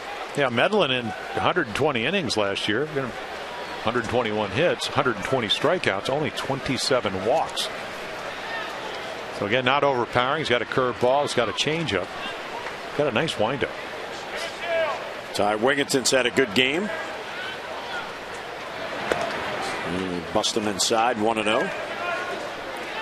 Ty's 2-run home run in the first came with 2 men down. The Orioles had a run in on Huff's RBI ground out, and then Wigginton homered. He also has a single. He has scored twice. Down and away. And I think young pitchers, one of the first things they learn when they come to the big leagues is how important being ahead or behind hitters can be. Tommy Hansen with #1 prospect. What did Bobby Cox after he got himself through 5 2/3 innings? He's got to throw strike one more often. Ground ball towards third, fielded there. Prado to second one, and on the flip, the ball comes out. So Huff is retired, but Wigginton reaches. 5-4 as Kelly Johnson, transferring from the glove to the hand, had a pop up on him. It looks like, again, Wigginton's a big guy, but he runs pretty well. I'm not sure they're going to turn 2, but they certainly try to, and no chance right there when that ball, and again, not a lot of humidity, maybe a little bit more slippery than normal. Yeah, the humidity definitely has improved from the past couple of days. Improved. Everybody would want to live in Baltimore if the weather was like this. Just imagine. I mean, this would be like California. We wouldn't have the June gloom. Right. But you live at the ocean, or close to it. You have there your estate. Here's Luke Scott swinging a miss 0-1. Well, you're bi-coastal, aren't you? Don't you have a one on each end? No, I don't. Oh, I thought you did. Maybe. See, I knew it was in the works. Derek Lowe went 2 1/3, 7 earned runs. Now it's Medlin on. I want to, if you move to California, you get to be part of that $24 billion deficit they have. There you go. Yeah. Something to look forward to. Well, I'll call you and see how you're doing. I met the governor out there. Did you? Times, yeah. And I sat next to him at a table, Ivy at the Shore. I'm going to drop some restaurants and names there. They have 2. They have one down in West Los Angeles. They have one on Ocean Avenue in Santa Monica. And McCann with a nice scoop. And he was there with his wife, Maria Shriver, who I'd met because Sergeant Shriver was actually on the Oriole board. And I think he might have been part owner of the Orioles. And so she's with Arnold, and he's got a houndstooth Pam jacket. Shriver is, right? Yeah. Right now? Yes. But I'm talking about Maria back in the day. Yeah, so they're sitting next to us, and I was with a friend of mine, Teddy Grossman, who's a stuntman, and he had worked in Terminator with Arnold. So Arnold has a houndstooth jacket on, which made his shoulders that are already sized like 50 look like they were like a big 14. He filled the room. 14 buck antler or something like that. And then, of course. Was he governor then? No, he wasn't the governor then. Okay. 3-1 on Scott. And that's outside ball 4. Well, I know, you rub elbows with the big and powerful, so I thought maybe you were invited to the mansion. What, the governor's mansion? No, but I've been, when I did all the Money Store ads, we used to shoot the ads in Sacramento. Oh, okay. The hometown of Buck Martinez. They told me. There's a street sign I heard. Buck Martinez Way, as there should be. Now here's Zahn, 2 on and 1 out. Orioles have had hits in each inning in this game. And that's outside 1-0. And this patient approach, which we saw last night, has certainly carried over to today. Well, it's and part of it is, and I was listening to Dave Johnson on the radio, is that what they're doing is not getting ahead of the Orioles. And if you don't throw strike one, then obviously you're in a hitter's count. Zahn skies it to left center field. Not that deep. McLeod coming in on it. And he will get there, has it for the out. Runners hold and 2 men down. I think that and I've said this a long time, and I found it maybe earlier on in my career when I was throwing really hard and I had no idea where the ball was going, is that what you'd like to do as a pitcher is throw enough strikes to get them to swing at balls, and it's very difficult to do that when you fall behind the hitter because they can look for their pitches, they can look their area. Good hitters do that anyway. But when you're constantly 1-0 and 2-0 and then 2-1 hitters counts, and when Bergesen gets back out there, I'll show you some of the numbers, or we'll talk about some of the numbers. It's difficult to pitch because hitters get smarter. They become more confident. PA towards the middle. That's a base hit. Wigginton being sent. He's coming towards the plate. The throw will be cut off, and it's an RBI single for Phillips PA and an 8-0 Oriole lead. And the first run batted in, or at least with a runner in scoring position all year long. So that 0 for 16 out the door. Now we see why McLeod doesn't want to throw, because he charges the ball, but it does not make a very good throw. Wigginton held up the last time because it was 5-0 and loaded the bases. Again, a lot of ground balls not at people over the last 3 games. But now all of a sudden the Orioles doing what they hadn't done in about 2 weeks, is starting to hit with runners in scoring position. Scott stopped at second base. Here's Andino, and it's low. So the Orioles, talk about add-on runs. Birds have scored in each inning in this game. You know, and they were 283 as a team coming in. Now, a couple of nights ago, 287 was leading the American League. So it tells you when they were hitting close to 300, they hit 287 as a team last year, which, the league average is usually about 268 year in and year out. And Dino's swing and a miss. So it gives you an idea. Minnesota hit over 300 last year. I mean, this is, if you want to put runs on the board, you get them when they count, and you can't always do that. And that's what's, I guess, so frustrating for everybody. It's not like they weren't getting hits, they just weren't getting them at the right time. And you just can't always dictate when that's going to happen. Right there for a strike, 1 and 2. Well, the Orioles now have 37 hits in this 3-game series. 12, 14, and now 11. And we're only in the 4th inning. I saw Terry Crowley today, and we're looking at him right there talking to Nolan Rimo. I said, it was just a matter of time, Crow. And he just kind of laughed. It's interesting. Yesterday, when we were watching batting practice on the field, I walked over to Crow and I said, all right, who's your guy today? And he goes, what do you mean? I said, who's your guy? Who's going to break out? And you know that sheet he hangs on so he knows who's in what group. He looked at it. He looked at it again. He looked at me and he goes, Melvin Moore. I said, okay, what did Melvin do last night? 3-hit game, had his first RBI since May 14th. There's a guy that knows his hitters. You see the runners, Scott and PA, with 2 down. High fly ball to center field. McLeod back on it, and it's over his head, and it goes all the way to the wall. Scott scores. PA coming in. There's a 2-run double for Andino, and it's a 10-0 Oriole lead. Have a day, Robert Andino. Well, I'll tell you what, it's important, and it has good at the plate. The play he made to get Bergesen on the bench to get the Orioles at bat was about as good as any hit he'll ever have. And right here, second double of the year, hanging breaking ball off the Medlin. Again, I don't know that the ball. Again, it's a beautiful day here in Baltimore. The wind, at least the flags are blowing right to left, and the ball just sails. And a couple of Orioles scored to make it, as you mentioned, 10-0. But again, I mean, this is a guy, a kid that really hasn't played every day. He certainly hasn't disappointed with the glove, and already today, a walk, a couple of hits, about as good a play as a shortstop can make, diving up the middle to again finish the 4th inning for the Braves. 1-0 on Roberts. High fly ball down the right field line. The second baseman Johnson over, first baseman there. Canizares runs out of room. It fell right behind the tarpaulin. They got tarped. Let's see, there have been 4 walks in this game by Atlanta pitching, 3 by Lowe, 1 by Medlin. 2 of the walks have scored. 1 came with the bases loaded to force in a run. And the other was Reimold in the second. He was forced at second base, but then Markakis, who replaced him, scored. So technically all 4 have factored in. And again, walks will kill you, but what happens after them can really exacerbate what's going to happen ultimately on the scoreboard. A tie, 2-1 on Brian Roberts.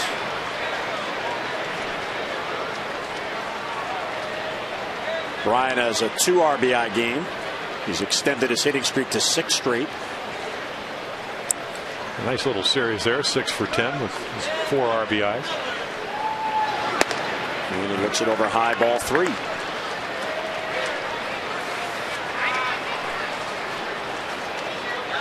Three in the first, 2 in the second, 2 in the third, 3 in the fourth. The last 2 driven in by Robert Andino.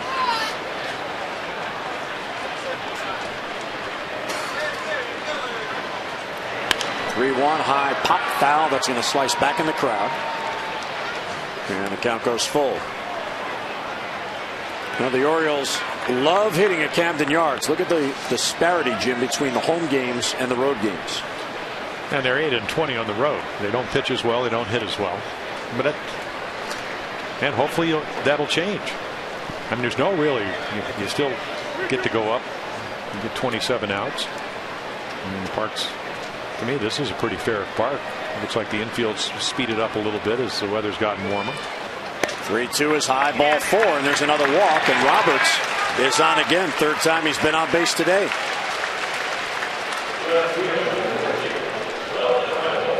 And Reimold is the 8th batter. The Orioles, the last 2 innings, have sent 8 men to the plate.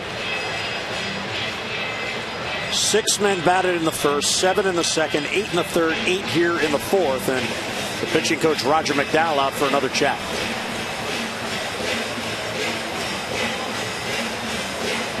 That young fan getting in the spirit of it. The face paint, the hair paint. I may try that one day. The orange hair paint, just to see what it looks like. Halloween, I hope. Yeah, that's what I'll do. I'll send you a picture. So here's Reimold. And he comes up with 2 on and 2 out. And Dino at second. Roberts at first. Good speed out there for the Orioles. 10 runs on 12 hits for the Birds, and we're only in the 4th inning. High fly ball, right center field and deep. McLeod back on it. At the warning track, he runs it down for the out. Reimold just misses. Birds get 3 more. We'll go to the 5th. 10-0 Orioles.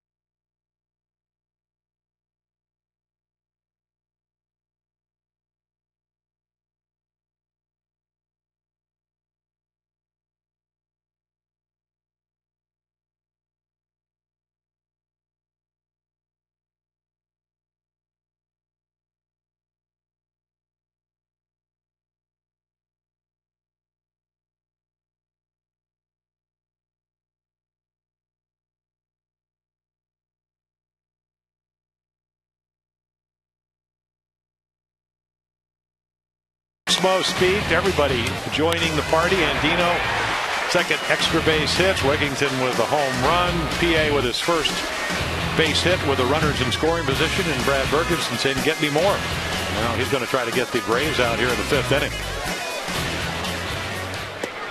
And strike one to the leadoff hitter, Martin Prado. Rancourt and Johnson will follow. Only 2 hits and 1 walk, so 3 base runners against Bergesen in this game. Fouls it off, and it's 0-2. Now, you were talking about Camden Yards and how the Orioles enjoy hitting here. Bergesen has 3 wins in the major league since coming up. His debut was April 21st. All 3 wins here at Camden Yards. Now it's foul down the line, and his ERA here is 3.62. ERA on the road is 4.68. So here's a young man who has learned to adjust. Of course, he won at his debut here, and that was the first game he pitched against the White Sox. But you like to see that, a guy that can win in his home park. Yeah, and I also like to see a young kid that can pitch deeper in the game, which he's done over the last 3 or 4 starts. Roberts out, Markakis in. Roberts takes it, and 1 down in the Atlanta 5th inning. Adam Jones and Nick Markakis are both in the running for a starting position for the American League in the 2009 All-Star Game. Vote now for your favorite Orioles. Just get online, Orioles.com. And don't miss your chance to vote orange and save green. By voting for your Birds the maximum 25 times, you receive a free upper reserve seat to any non-prime O's games after the All-Star break. Vote early, vote often. For all the details, Orioles.com/orange. And you have to understand, if you're Atlanta, I mean, obviously when they look at the scoreboard, nobody would ever tell you this. It's kind of like spring training. When you're down 10-0, you're going to be much more aggressive. But over the course of a season and a series, when you face a guy like Brad Bergesen or Derek Lowe when he's on his game, they're going to make you put the ball in play early because they're going to throw strike one. And that's what he's able to do. And again, in his last game, and that was against the Mariners, earlier last week. Yeah, he had, the last 16 out, 12 ground balls. So there you go. I'm going to throw strike one. I'm going to make you swing if you choose. If not, I'll be ahead in the count. I'll try to keep the ball up. And what I've seen is that also the velocity's gone up a little bit from time to time. He can pitch now occasionally every once in a while 92. Takes a little bit off there at 88. 16 first pitch strikes. There's a sharp ground ball to second. Big hop to Brian Roberts, and Bergesen has another 3 up, 3 down inning. Bergesen in command. We're in the middle of the 5th, and the Orioles enjoying a 10-0 lead.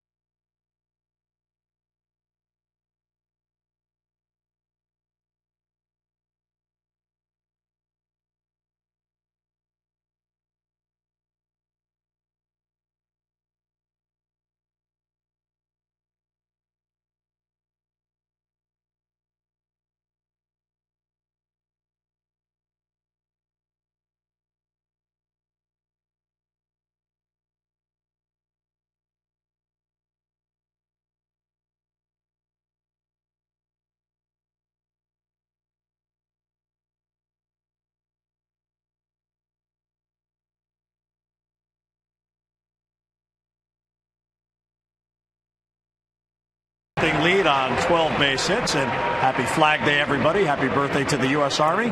Jim Hunter and Jim Palmer. And exactly as you wrote it up, you said Bergesen to the mound. You say, kid, we're going to get you an early lead, and you're going to do the rest. Well, they got him 3 in the first inning, and he won 3-0 in his last ball game. So, again, I mean, it's just the way you write the script.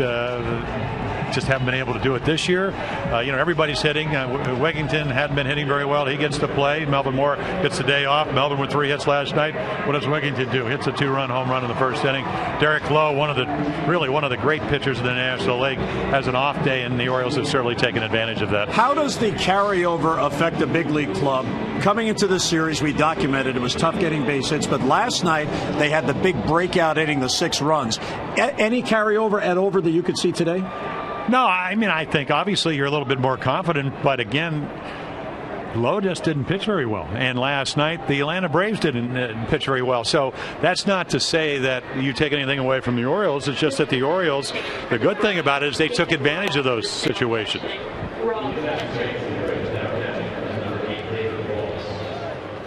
And here is Markakis leading off for the Birds as we go to the bottom of the 5th inning. And Markakis will pop it up. Left center field, McLouth. And he'll get it for the out. You saw a quick shot there of David Ross behind the plate. He is now in the game. As Brian McCann will get the rest of the day off. He was catching day game after night game. So with this big deficit, Bobby Cox goes to his bench. Yeah, Atlanta's off to Cincinnati, but they do also, as the Orioles do, have an off day tomorrow. And then they go to, this is a, 9-game road trip over 10 days. Then they go play the Red Sox. In fact, the Braves will play the Red Sox on the road, and then the Red Sox, along with the Yankees, week after next, will come to Atlanta. Got a pretty tough schedule. So this year, Atlanta and Boston have been linked as a natural rival. A couple of years ago, the Red Sox complained about that, and they changed it. Well, there is some disparity, maybe a little bit of unfairness who you happen to play, I guess. Well, the Braves used to be in Boston. There's a link. I mean, it was a long time ago, but they were there. You could go by Boston University and see part of the old field they played in. Babe Ruth used to be in Boston. Yes, he did. He used to own Boston, and they traded him. He could pitch and hit. 2-2 on Huff, batting with 1 out, none on, and he's down on strikes. So 2 quick outs here in the Oriole 5th.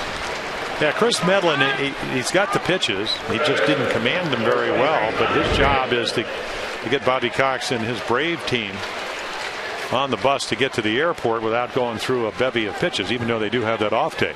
And again, he was starting down at Mississippi and pitching very well. I mean, he was lights out down there. Something like 4-0. 3-0 as a starter.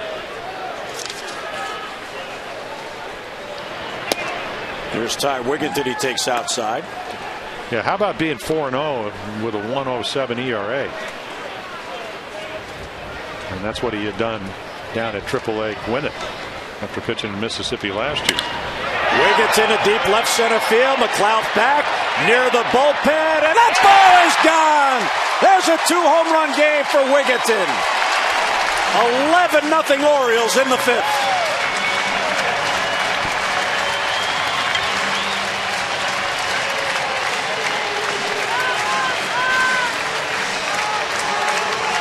Very, very timely. Ball jumping and Ty swinging. Not a bad pitch. Boy, does he cover that. Look at him go down and get that low and away fastball. Nate McLouth running out of room. He slams against the State Farm padded wall out there in left center field. So a 2-home run game for Ty Wigginton. He has scored 4 runs in this game. And here's Luke Scott. Every Oriole in the lineup today has at least 1 hit. Andino, Zahn, Wigginton have multi-hit games.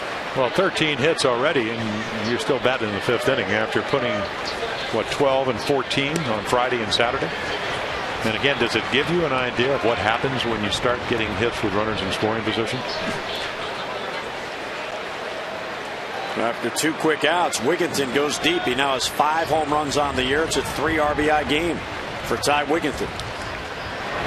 I know over the years you've had a chance to meet Dick Hall, who pitched with the Orioles, and Dick was an accountant, and Luke Scott's going to go down and take the walk to first base. And being an accountant and working with numbers, Dick used to always say that once you get to 9 hits, usually correspondingly that every hit over 9 leads to a run. I mean, I don't know how that extrapolates, in modern day baseball, but of course, when you go to Swarthmore and you're smarter than, he was a lot smarter than I was, you listen to those type of things. Absolutely. We used to ride down Charles Street on the way to the ballpark in my rookie year, and he was into geology, and he would kind of give me the whole, I don't know if you ever come down Charles Street. You live You live up where all the estates are, but you don't. You come another way to the ballpark. I can come that way. But he used to always talk about the rock formations and tell me about the different, geological stratas and all that kind of stuff. Take us about an hour to get to the ballpark every day. It was only about a 15-minute ride, but. Well, but you got a tour. I did. Yeah, that's a nice area of the city. Come down that way. And isn't that where the cathedral is? Yeah, yes, exactly. Very scenic. Of course, you'd have to change if things weren't going well. You'd have to go a different route to the ballpark. But do you do that as an announcer? I buy into that stuff sometimes. Yeah, I do. Again, I was telling Melvin. I don't know if you heard the dialogue last night. I told him you need to change your parking spots. That's right, because he always has that same spot. Right, and I want to spark him. Oh, you want to spot. But no, what I told him today was you would have had 5 hits instead of 3. That's not right. If you have an alternative motive. No, there wasn't, though. There was, but there wasn't. Yeah. Wait, so. 2-1 outside. Well, you have to understand. Are you trying to help the guy get a hit, or you want to walk closer to the tunnels? There were 2 reasons why I told him that. I said, number one, we all know you're a very accomplished major league hitter. Right. So if you're not hitting, you got to change your luck. He said, I don't believe in luck. And I said, I don't care. Change your parking spot. Change something. So today I come in and his car's not there. And I go, well, we got him really relaxed yesterday. He got 3 hits. No car. And I said, well, maybe Melvin's not here yet. And did you take his spot? No, he was in the room. I said, what, did you come in on the helicopter? He said, no, but I'd like to buy one of those. So Zahn pulls it deep and foul down the right side. I think what you have to do sometimes, whether you're a broadcaster or a player, is just kind of get your mind off what's going on. And everybody talks about relaxing. When you grip the bat, it's kind of like on a scale of 1 to 10. You know what I did? Bernie Banks used to always he was playing a musical instrument. Doesn't Euclid do that? Yeah, well, he does. He didn't hardly he slides his hand down the bat. And there's a ball on a close pitch, so the inning continues. Back-to-back walks after the home run. One year, I did a radio interview with Terry Crowley for the pregame show. The team had lost like 5-6 in a row, and the team won. So the next day, the Crow said to me, hey, who's on your radio show today? I'm like, why? He goes, well, I was on yesterday and we won. I go, all right, I'll buy into it. Put him on. Won again. Well, I'm not going to mess with it now. 3rd day, put him on. Won again. 4th day, on again. Won again. It kept going. I was like, hey, I'm not going to mess with it. If the Crow felt like that was helping, I'll do my little part. And he's a very interesting guy, so I'm sure. Every day there was stuff to talk about. Well, Tony La Russa. Plus, it was a built-in guest. Tony La Russa would, you'd come in for game 1 of a series when he was managing in the American League, and they would lose that night, and he would say, didn't I talk to you yesterday and we lost? I can't talk to you. There you go. I go, just pretend you didn't talk to me. I have nothing to say anyway. It's all about you, Tony. Come on. PA takes inside. Now that is a fascinating part of the game, like why players wear certain uniform numbers, because somewhere along the way it was luck, or they're comfortable in it, or it looks good in the mirror. Well, Derek Lowe wore 32 with the Red Sox when he got to the Dodgers. He said, I'd like to have 32. And they said, no, that was Sandy Koufax's number. I don't think that's going to happen. 1-1 is hit slowly to second base. Fielded there by Kelly Johnson. Gets PA, inning ends, but not before Ty Wigginton adds to the Orioles lead. His 2nd home run of the game. And the Orioles enjoying an 11-0 lead.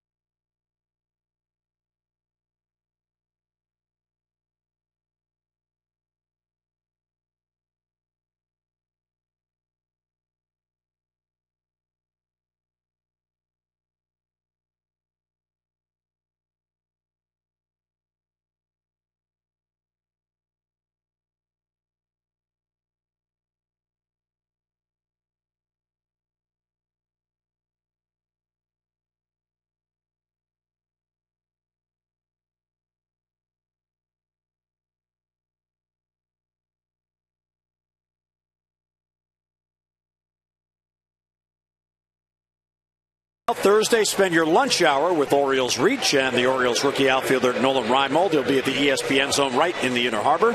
Nolan on hand from noon until 1. He'll sign autographs, meet fans, and take part in an interactive Q&A session. The Fan Forum. The fans can ask the question. Joe Angel will be there to moderate, our colleague down the hall. That'll be Thursday from noon until 1 at the ESPN Zone in Baltimore. And for all the details, visit OriolesReach.com.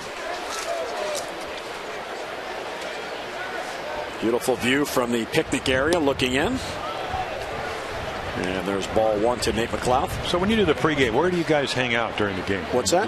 When you do the pregame and the postgame, where you're out there before the game with similar view, and then I sit right below in the press box. I like to see it as if I'm broadcasting the game because you get comfortable. McLeod, Hernandez, and Jones, and there's a strike. And you saw the Chris Ray numbers there, Jim, as he begins the 6th inning. He has a streak going here. 17 consecutive scoreless innings going back to the 3rd inning, June 3rd of his start in Seattle. He pitched 4 more innings in that game, all scoreless, 8 scoreless in his last start. And he has 5 scoreless today. And with a 11-0 lead, he doesn't want to walk McLeod. Bounce toward second base. Roberts to his right. It's a tough hop. Turns and throws him out. 1 down. Well, the ability to throw the ball over, and what I've seen, you can talk about the wrist and whatever, it's confidence, but I think also he's learned that it's not about velocity. It's about throwing the ball, whatever that may be. And that's, again, experience allows you to find out what that is, where the ball will move. You don't have to overthrow it, and you can still throw it in the strike zone and get that movement or that sink. And he certainly did it there. David Hernandez, there's a strike. Now, you asked, well, where do we sit during the show? Well, there's the set, and we want you to come out and be a guest. Eddie's going to zoom in for us. And I get to... We'll get a golf cart, so you don't have to make the long walk. No, I'm fine now. A couple of weeks ago when my knee was feeling its age. During the game, though, we're on this side. 1-2 the count. 6th inning, there's a meeting. Getting ready for the presentation for the postgame. Rick Dempsey decides, what the elements should be, what the topics will be. Stemper does that? Absolutely. Well, he's the analyst. We got to defer to the analyst, as you tell me every day. It's Bergesen. I hope you listen. I hope you listen to him as well as you do to me. Oh, I was supposed to listen to you? Oh, now you tell me. 2 quick outs for Bergesen on this beautiful Sunday afternoon. It's fun when you have an 11-0 lead. Well, I guess it is. It's funny. I once won, I guess, 11-1, 11-0. Neil Eskridge, the late Neil Eskridge, who wrote for the News American, said, do you enjoy winning 11-0? I said, no, it makes it easier. And, next day the headline, Palmer says it's easy to win when you get 11 runs. You give me 11, boys. I like my chances.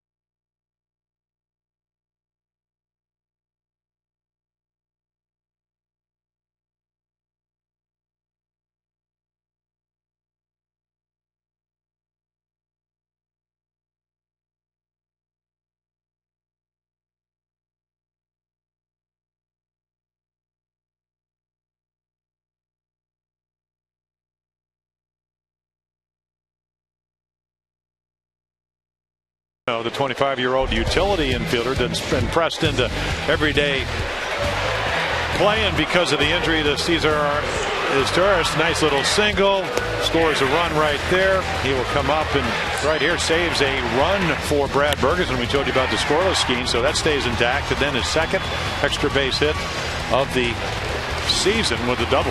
So for a guy that only played in about 79, 80 games coming into the season, he has stepped right in. And the impressive thing, you always talk about how do you improve your pitching. You better have somebody that can pick it at shortstop. He's done a terrific job. He'll lead off here in the Orioles' sixth, and it's high 1-0. Well, to give you an idea of his day, he had 3 RBIs for the season, and he has 3 RBIs in this game. Bases loaded walk and the 2-run double. High pop, right center field. Backing up on it, Francoeur has it for the out, 1 down. Let's head down to Amber. Jim, some quick news and notes from around the major leagues. A lot going on right now in the National League. Today, the Chicago Cubs fired their hitting coach, Gerald Perry. He'll be replaced by AAA Iowa hitting coach Von Joshua. Also, Miguel Tejada and Lance Berkman of the Houston Astros, they both reached big milestones last night against the Diamondbacks. Tejada got his 2,000th career hit, while Berkman jacked his 300th career home run. Also, the Rockies are on a tear today. They go for their 11th consecutive win. Jim? All right, Amber, thank you very much. Here's Oscar Salazar to pinch it for Brian Roberts. So if you're the Cubs and you're 29-30, you've lost 4 in a row and lose upset, you fired your hitting coach. Yeah, well, that makes sense. Coming off 97 wins last year, and then, of course, they did not beat the Dodgers. Lost. In fact, they never won. Lou Pinella's gotten them into the postseason and yet to win a game under Lou. Not that I'm suggesting by any means, because Lou was one of my teammates early on in A-ball, and I've always had great respect for him. But that's just the way the game is. I was reading the Washington Post. We were talking about Stan Kasten and the Nationals. Maybe Manny Acta, who is a stand-up guy, may be leaving the Nationals, even though they have 4 rookies in their starting staff. They've had all kinds of injuries. Not much of a payroll, but he'll be the guy to go. But there are situations where it works. We talked about Colorado winning 10 in a row. And Clint Hurdle got him into the World Series a couple of years ago, and Jim Tracy comes on, and I think there's something like now 12-4 under him. Yet he managed in Pittsburgh and couldn't win there. Strike 3 call as Salazar took 1 too many there. Well, I think there's a tendency on a Sunday afternoon with 11-0 lead that the strike zone might get a shade bigger. And that ball's just off the outside corner, but it's a pitcher's pitch. Let's take a look. Let's see what Northrup Grumman thinks. So I got to think, pretty good late movement. You can watch the ball tail back. So good framing by David Ross.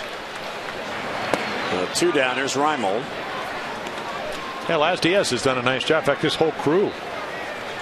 Even the old Mike Riley, who's now umpired on Friday. That old guy. That old guy's out. He's out in the outfield today at second base. There's Laz. He has the plate today. Chuck Merriweather, I thought, had a great game last night. In particular, those calls at the plate. He didn't anticipate. He waited. He saw it. Then he called it.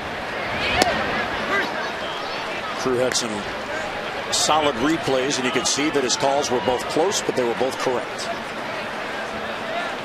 Reimold has a hit, an infield hit. Bounce towards the second baseman. Johnson gets a big hop. They'll throw out Reimold, and Medlin has a 3-up, 3-down inning. We played 6 at Oriole Park. Bergesen and the Orioles up by 11.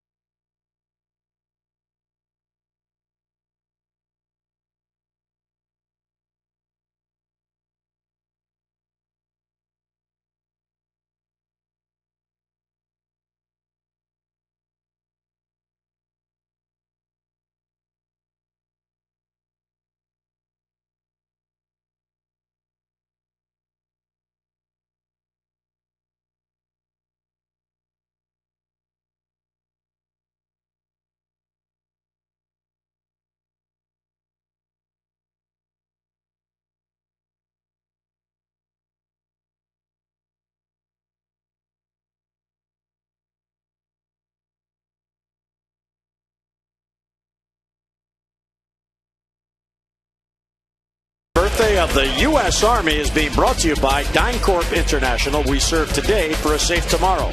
By Panasonic Toughbook Computers, Toughbook for a tough world. And by Navy Federal Credit Union, we serve where you serve.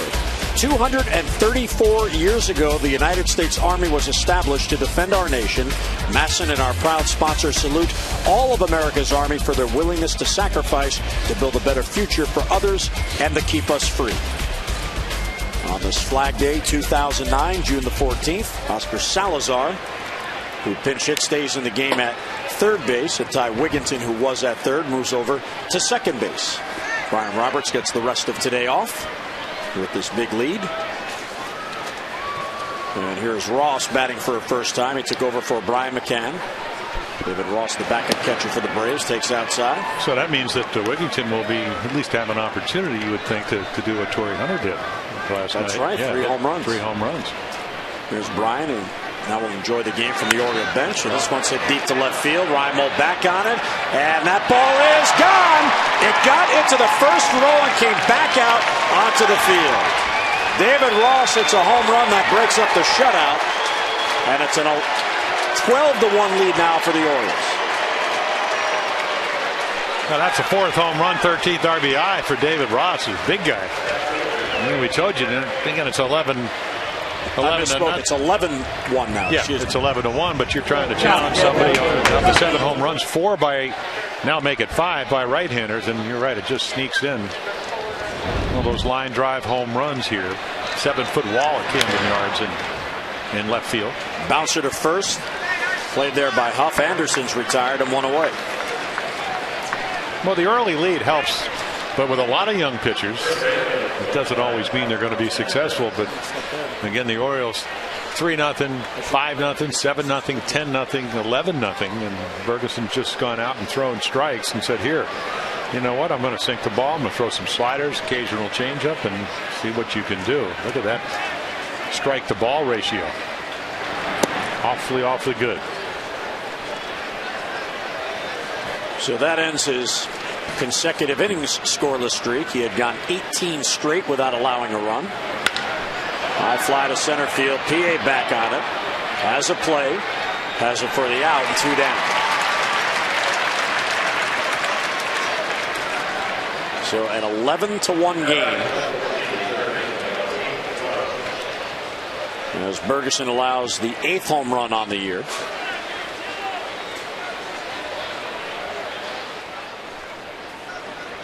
His last home run was in that game in Seattle on the 3rd. A 2-run home run by Adrian Beltre.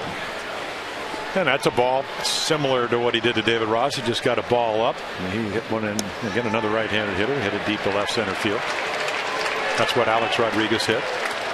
So again, it's we know his stuff is good enough to pitch in the big leagues. It's just can you execute your pitches? And then again, what are solo home runs? Solo home runs, they don't, especially when it's 11-0, doesn't mean anything. But if you give up home runs and you do it with nobody on base, it's the best way to do it. Martin Prado batting, 2 outs and none on. He's 0 for 2. And Bergesen has it. He trapped it. He'll throw to first, and he takes a base hit away from Prado. So the solo home run, none left. Today's 7th inning stretch brought to you by Jack Daniel's Tennessee Whiskey. Please drink responsibly.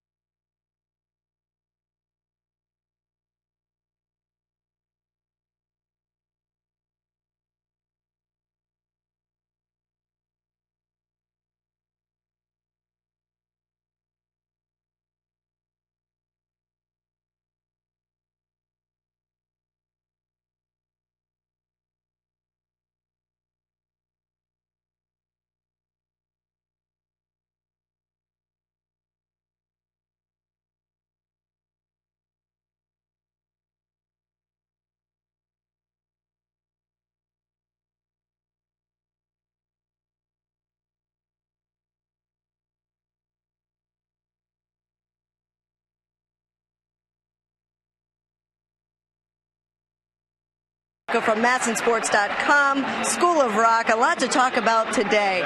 First, starting off with Ty Wigginton. What a great game from him. Is there any talk on the blog about his role with the team and how we might see him be used going forward? You know, there had been a lot of criticism, actually, because he wasn't hitting and he seemed over-anxious. He's always swinging at the first pitch, and people were really down on him. And it didn't look like he was going to get a lot of playing time all of a sudden, even after Ryan Friel was gone, because where do you put him in this lineup? Melvin Moore's playing most days.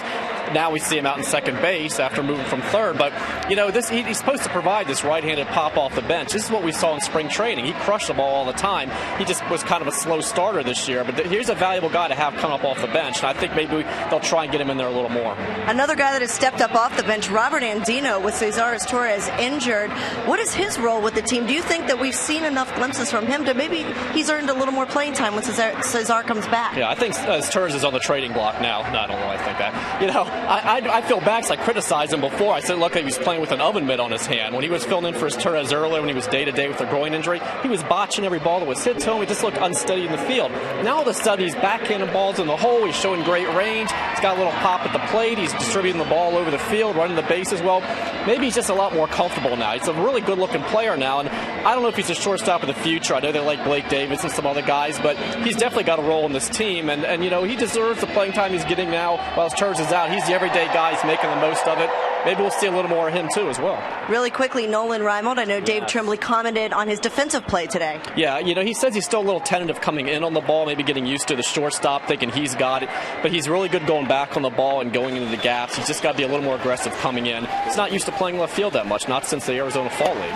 All right, Rock Kabaka with his and hers Masson pink and blue shirts. Marshmallow Pete. All right, thanks a lot, Rock. All right, thank you. Check him out, MASSonsports.com, School of Rock. Jim, where's your his Masson shirt? I didn't know that it was Easter. We have the dueling Easter eggs. We are matching Easter eggs. Very nicely done. Jim's got his. Palmer's got his right there. He has the Oriole orange Masson shirt. What color is this? Koi or Koi? I think Leah said. Oh, you Koi? spelled that. I'm not sure, but like not C-O-Y. I just feel so left out.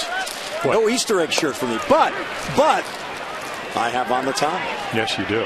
It's Flag Day. We're paying tribute to our flag for our great nation as Nick Markakis leads off. There's a high chopper to second base. Kelly Johnson plays the hop to get Markakis. And one away in the Orioles' seventh inning. Don't forget Wednesday, the promotion everybody is talking about. It arrives. The first 25,000 fans, 15 and over, at the game against the Mets, receive an Adam Jones bobblehead, a unique bobblehead. It features Adam jumping to rob a home run and blowing one of the signature bubbles with his bubble gum. Sure to be a big hit with the collectors and fans, so don't miss out. 888-848-BIRD or online at Orioles.com. There's Aubrey Huff. I'm going to have to put the little bone bruise on the left leg that's keeping him out of the lineup today. No, you put one of those shin guards on him. Yep. Aubrey is an RBI and a hit today. Well, you know, Rock was talking about Reimold, and everybody was saying that he's become a much better defensive player. And what Dave Tremblay, the Oriole manager, was saying is just pretend you don't have an infielder in front of you. Be more aggressive and not as tentative coming in. And that's the way you're supposed to play it. We saw it last night. One of the pivotal plays last night that kind of got overlooked because the Orioles came back with that 6-run seventh inning as Huff hits a rocket up the middle. And that's certainly good to see. Was the ball that kind of got lost in the Bermuda Triangle between Markakis and Roberts down the right field line. Looked like Nick might have caught it, but again, he wasn't as aggressive. As good as he is, the ball dropped, and as it turned out, Atlanta got 4 runs. So what Dave Tremblay is saying to Nolan Reimold, just, hey, yeah, you got a third baseman and shortstop in front of you, but go get the ball. And you know what?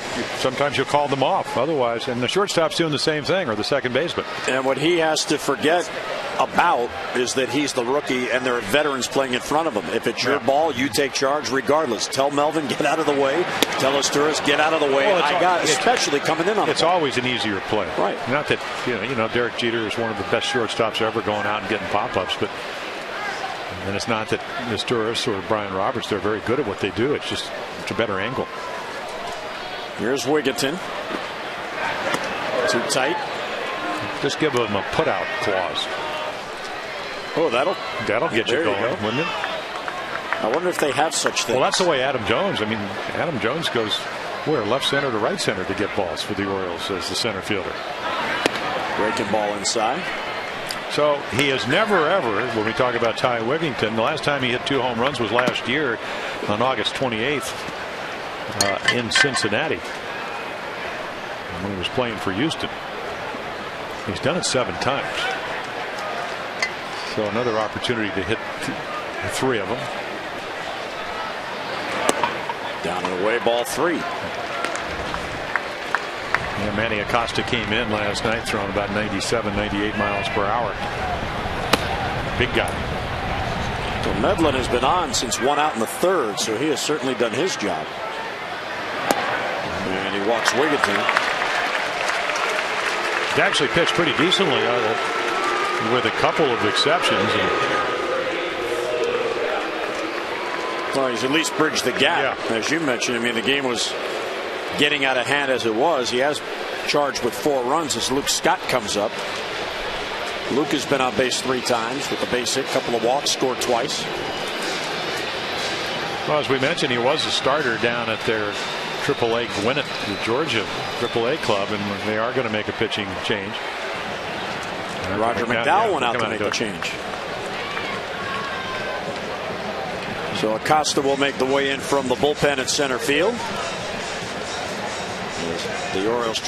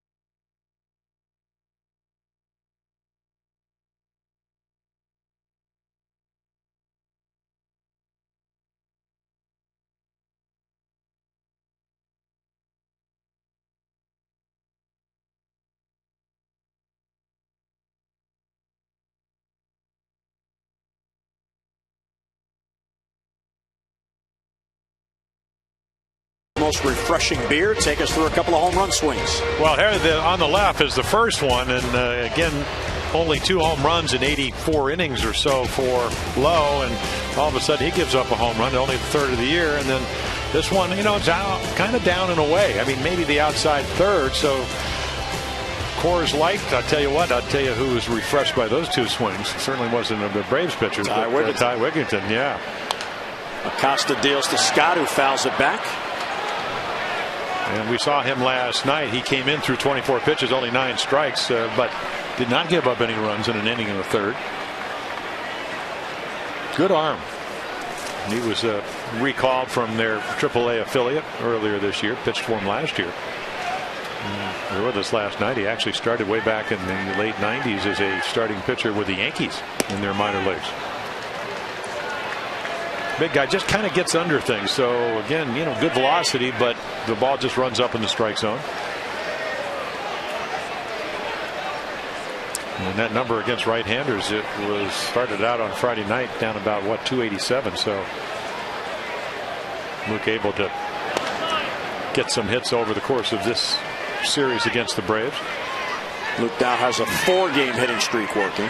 So what in rubber games the Orioles were what 1 and 1 and 3. 1 and 3 or 1 and 4? No, 1 and 3. This was their 5th rubber game.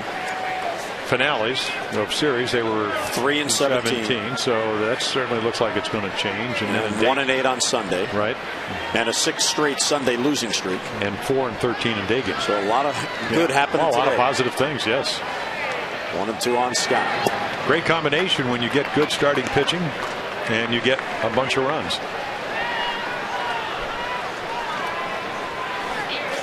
Like the Orioles, they scored, what, 10 runs on opening day, and then in early April against Texas, 10 runs down in Texas. Against the White Sox, 10. 12 against the Yankees in early May. And then that Toronto game when they got Roy Halladay out of the ball game and came back and won 12-10. Popped up in front of the plate. Ross has it. Infield fly rule was called. Scott is retired. 2 down. As David Ross makes the grab.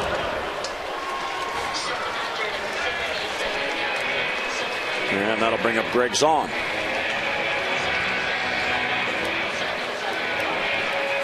He's had a good day at the plate. 4 plate appearances. He's been on base 3 times with a couple of hits and a walk. He has also scored a run.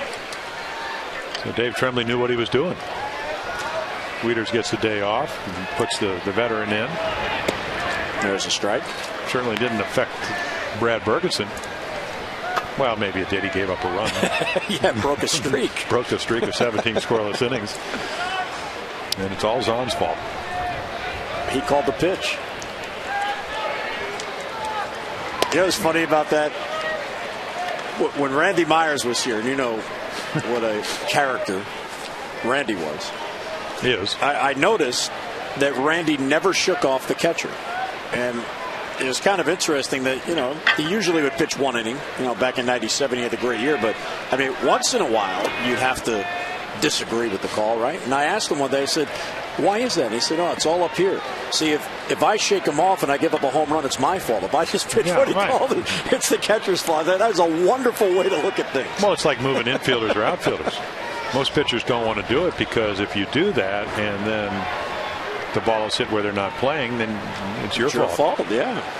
But I always thought, and I took some criticism for it, is that if you're losing ball game because they're out of position and you're pitching to different parts, hey, if I lose, doesn't the team? A hit, a walk, 2 left. Bergesen ready to go back to work.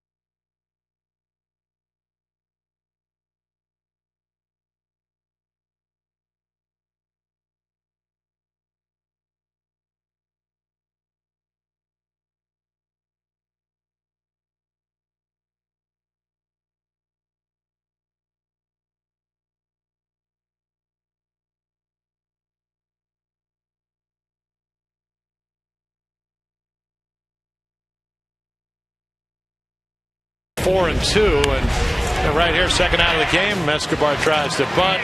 Uses his breaking ball very effectively. A little jam shot there, lets his defense do the work as Andino will make a nice throw, and then Andino keeps a run from scoring, and then you help out yourself because the minute you throw it, you become a defensive player. So he's done just about everything you need to do today, and only the high fastball to David Ross. There it is, 7 innings, the 1 earned run on the home run by the backup catcher, David Ross. Hits allowed 3, walked 1. And again, it's not a game of strikeouts unless you really need them. And he's been able to just throw strike 1 all day long. Pitch count very, very low. 1 strikeout, 1 walk. 11 balls in the air. Just outside, 1-2 on Francourt. Johnson and McLouth will follow. That's only the 70th pitch of the afternoon. Pretty efficient, wouldn't you say? Absolutely. Well, Scotty McGregor stopped in. I saw him pitch a complete game with 84 pitches. Really? Yes. The Aberdeen season will start. Yeah, I don't know when it starts, but I guess they're working out tomorrow, where they start. I believe it's Friday. Yeah. Scotty was down at extended spring training with Gary Kendall. I'm pretty sure this Friday the short season clubs begin. 2-2 on Francoeur. Line drive to second. Wigginton goes up and gets it. Yep. He's everywhere today, isn't he? Well, time now for you to text in your vote for the AT&T Player of the Game. Here are the choices, and tough choices today. Bergesen A, Wigginton B, and Dino C. Text in your vote now. Have your voice heard. A, B, or C to 51862. So do you like pitching? Do you like the long ball? Do you like good defense and clutch hits? There are your choices. All right, yeah, and Wigginton, we could give him a couple of home runs and the defensive play. I think he just mouthed over to Huff, NBA vertical leap. Got it.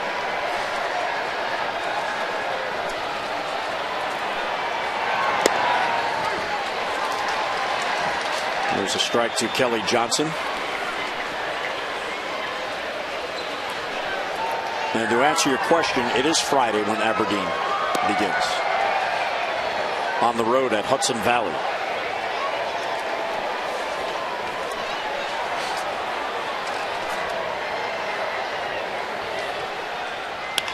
Ground ball off the glove of Wigginton, rolling towards second base. He couldn't catch it, so he just keep it in the infield. That's a base hit. So Bergesen deflected it to Wigginton, who tried to deflect it to Andino. Well, Ty obviously not playing a lot of second base because I think Robert Ambino thinks maybe I have a play on this ball. I don't know. That's a long way to go. And there's Ty just to make sure it doesn't roll very slowly by him. So now he's hearing it from Aubrey Huff.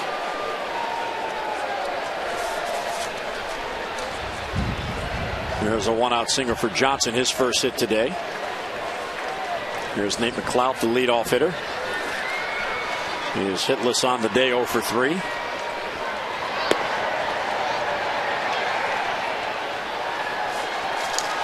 McLeod picked up in the trade with the Pirates.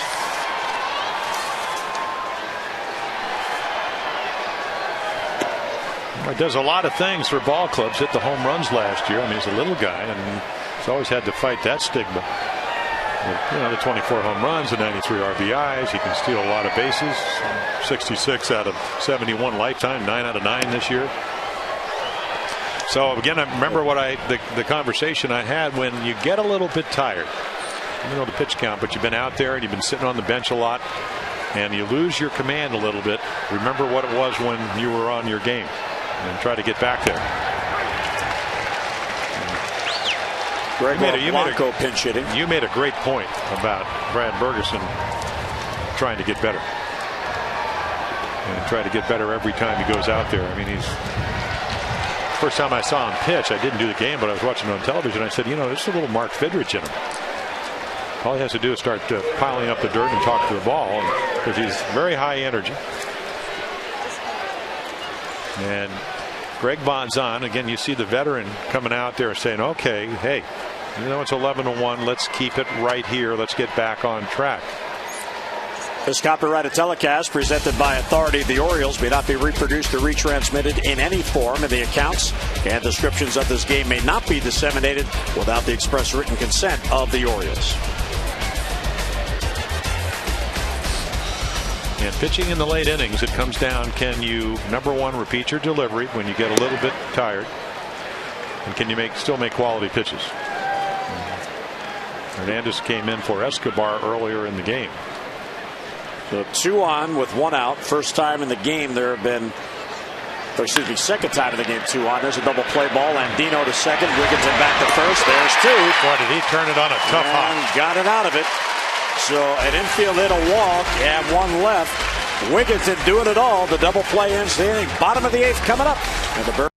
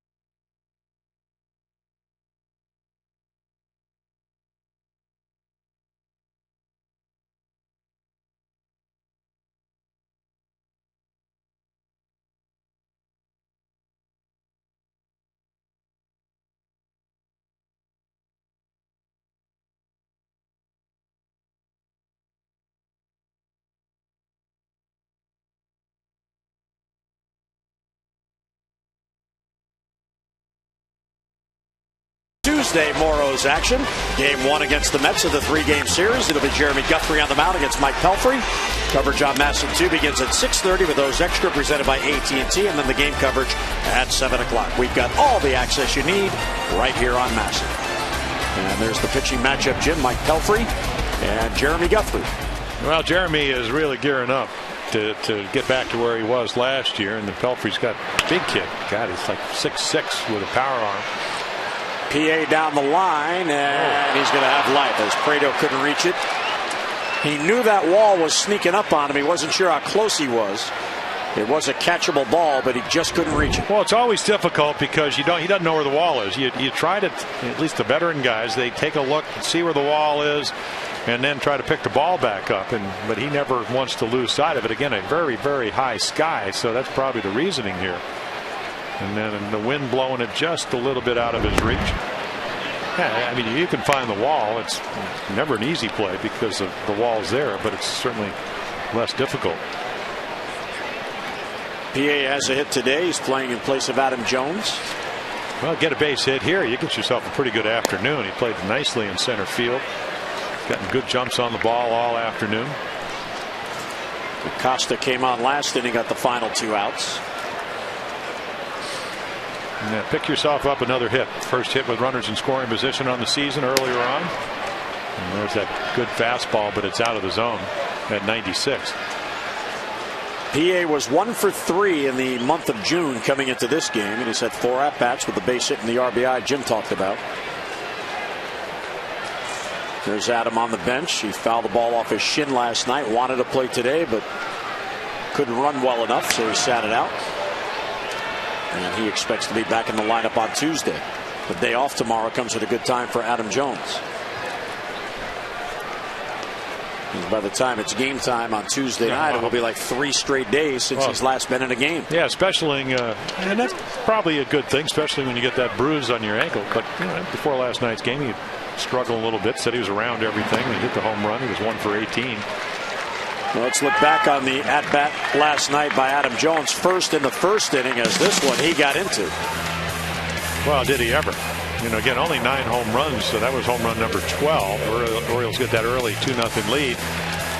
Atlanta would come back, take a 4-2 lead, and then, last year we had the broken foot when he fouled one off that left foot. This time a little higher. He's got to get some armor. Well, not a bad idea. Here's Robert Andino, and I'm not suggesting those big Barry Bonds elbow pads. I mean, just on the legs, just to protect those legs. They're very valuable to him. Try to figure out where's the place that's more susceptible to fouling it off your foot, and that's where you cover. Well, that's why they wear the shin guards. You can't protect the foot, but it comes up from the top of the shoe up into that shin. Now, obviously, I played before the DH, and I had a ball off my foot off of Dean Chance, that 93 4-mile-per-hour sinker, and could hardly walk the next day. That threw the game. Right back to Acosta, goes to second one. Johnson back to first. There's a double play. So the leadoff walk is erased and 2 men down. Fans, the Orioles have just announced a series of baseball camps, all designed for boys and girls ages 7 to 16. Each Orioles baseball summer camp features a 4-day instructional program with player appearances by current and former Orioles, plus professional instructors, autograph and photo opportunities, daily lunch giveaways, and complimentary O's tickets. Get online Orioles.com and click on Fan Forum to register and to find out more details. That sounds like fun. Maybe Jim Palmer will stop by and teach pitching. Where is it? I guess you got to get on Fan Forum. Can you do that? I'll do that for you. No, I mean right now. Don't you have your computers? But it's in the bag. Oh, it's in the bag. See, that was real efficient of me today. I brought it here to the booth and then forgot to set it up. Well, wait a minute. It's been in the bag all day. I know. I was looking in the sign-up sheet going into the locker room where you have to sign. Right. And I noticed you didn't sign in today. Did you sleep in the locker room last night? No, I signed in. I was at the production meeting. What production meeting? The one we have every day. Ground ball towards third. There's a base hit down the line for Oscar Salazar. And he's going to settle for a single. Yeah, I was 10:30. Well, no, but were you in the locker room today? Yeah, after the production meeting, I went to the locker room. Did you sign in? Yes, I did. Because if you don't sign in, I'm going to think that you're like Buck Showalter and you're starting to sleep.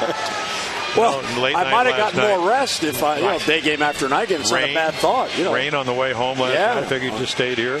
Didn't have your umbrella? No, I didn't. Getting a little worried. Yeah, Have your people bring your clothes home to do the prep work last night and quick turnaround and on time for the production meeting.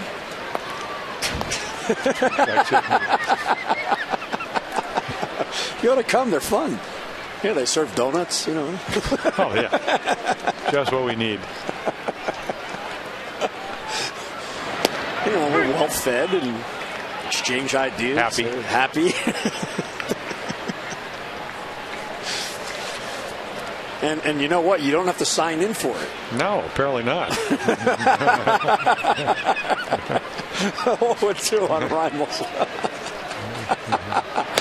Kind of like the the summer camp. I think I just figured it out. You're in the Hall of Fame. You get your own meeting. You don't have to come to the meeting. Yes, you actually, as a matter of fact, us Hall of Famers, Don Sutton, who's doing the games for the race, we did have our meeting. You had your Hall of Famer meeting. What time was yours? 10:30. Yeah, so was ours. Yeah. You really missed something. 2-2. Yeah, Don. I enjoy talking to Don. Don's over there. He's doing radio down the hall. He's in the golf shirt. He's a happy guy. A Hall of Fame. Well, see, I wouldn't be invited to the Hall of Famer meeting because I'm not in that Hall of Fame. I'm in the Hall of Fame, just not that one. New Jersey Hall of Fame. The right? St. John Vianney High School. Oh. I'm sorry. God. It's true. You can look it up. I understand it. I was giving you credit for a whole state. Well, let's see. Cooperstown, Homedale, New Jersey. Yeah, I guess you could. You got it. You and Sutton topped me. 324 wins for him, 268 for you, 821 seasons for you. Yeah, you guys win. Thank you. 3-2 on Reimold. Still would have liked to be invited to your meeting. And there's a strike on the outs there, quarter, and the inning ends. So Costa gets the strikeout. Kids are voting for their favorite Orioles. Hey.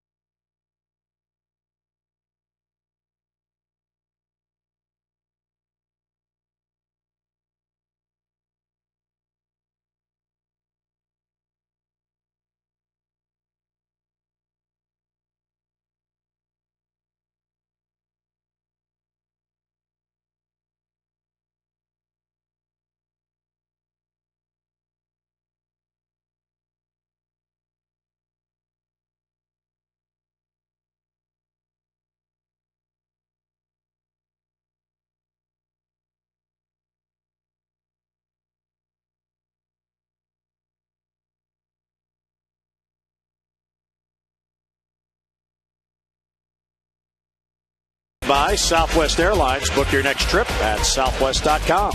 And by Honda. You can depend on your Honda dealer for great leases and low financing. There's Brad Bergesen trying to pitch the complete game. Yeah, 4-hitter. Chipper Jones leads off. Fouls it back. The very first game the Orioles ever played in interleague play was in Atlanta. It was back in June of '97, a 3-game series. Chipper Jones played in all 3 of those games. In '97, he had hits in all 3 of those games. However, the Orioles swept the 3-game series. Supposed to be a prelude to the World Series, and as it turned out, both of those teams, we talked about it over the weekend, they got into the postseason, but neither of them got to the World Series in '97. Here's the 0-2 pitch outside. That was an exciting series. Oh, was it ever? Lenny Webster had a home run in extra innings to win a game. I think that was that Saturday afternoon game. Outside 2-2. Well, if you go back and look at the Braves, I mean, they won, what, 14 straight divisions? They pretty much set the tone. So, again, when the Orioles, they had been a, wild card in 96, went wire to wire in 97. Of course, you don't know that. And then you go down there and, the reputation. They were coming off, 2 years earlier, they were world champs. Every year it seemed like they were in the postseason or at least getting into the World Series. So when you could beat the Braves, they made a huge statement. 2-2 on Chipper Jones. Bouncer over the mound, and Dino will charge. Play the in-between hop, and he gets it to first. Wow. Yeah, what a game. It just stuck in the glove. Wow, he's just played so well. I kind of thought Rock Cabato, when he was with Amber in between innings, talking about that, and it kind of tells you how difficult it is sometimes when you're a bench player, when you're a young kid, and he's only 25, and you're not playing regularly, versus when you get to play every day. Now, obviously, you didn't want his Taurus to get injured, but the Orioles find out that Andino can pick it at shortstop. He has shown everything. He's shown great range both to his right and his left. He's thrown a strong arm. He's done a lot of things, and of course he loves to play behind Bergesen because Bergesen keeps throwing him ground balls. Outside, 1-1 the count. Well, Bergesen today is trying to pitch his first complete game. The last Orioles complete game that was a win, Chris Waters, last September at Toronto, and that was a no earned run victory. The Orioles do have one complete game this year. By coincidence, that was also in Toronto. Jeremy Guthrie had an 8-inning complete game and a loss. So Bergesen trying to pitch the first complete game victory here this year. And I had a chance to talk to him a couple of weeks ago, and we were talking about pitching in late innings, and I said you got to slow everything down and make sure your arm gets out in front. And it's difficult to do that sometimes. Left field, that's deep. Reimold back, that's going to go. There's a solo home run for David Ross, who didn't even start, and he has 2 solo home runs, accounting for both Atlanta runs. Well, you get a pretty good idea of what kind of fastball he's hit, because both of them met on fastball. So again, of the 9 home runs, righties have hit 6 of them against Brad Bergesen. So he missed his spot. You can see Bergesen reaching across the plate, and good fastball hitters in the 9th inning, they usually don't miss those pitches. But that's certainly all right. I mean, now the Braves are down by 9. It's a perfect time again. If you're going to throw home runs, make them solos, and make them when you have a significant lead, and that's been the case all day long today. Garrett Anderson takes outside in his first year in Atlanta.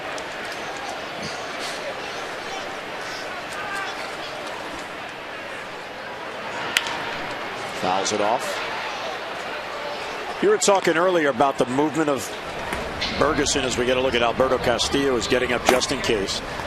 That pitch right there that Anderson just swung at, perfect example of what you're talking about. When he started to swing, it was going to hit the good part of the wood. By the time that ball hit the bat, it was on the bad part of the bat. Well, that's the movement, and there's a slider to back it up. But again, that's what the wrist allows you to do, Jim, because if you stay behind your sinker, and this is what Roger McDowell, you talked about one of the great sinker ballers, pitching coach with the Braves, you stay behind it and stay on it.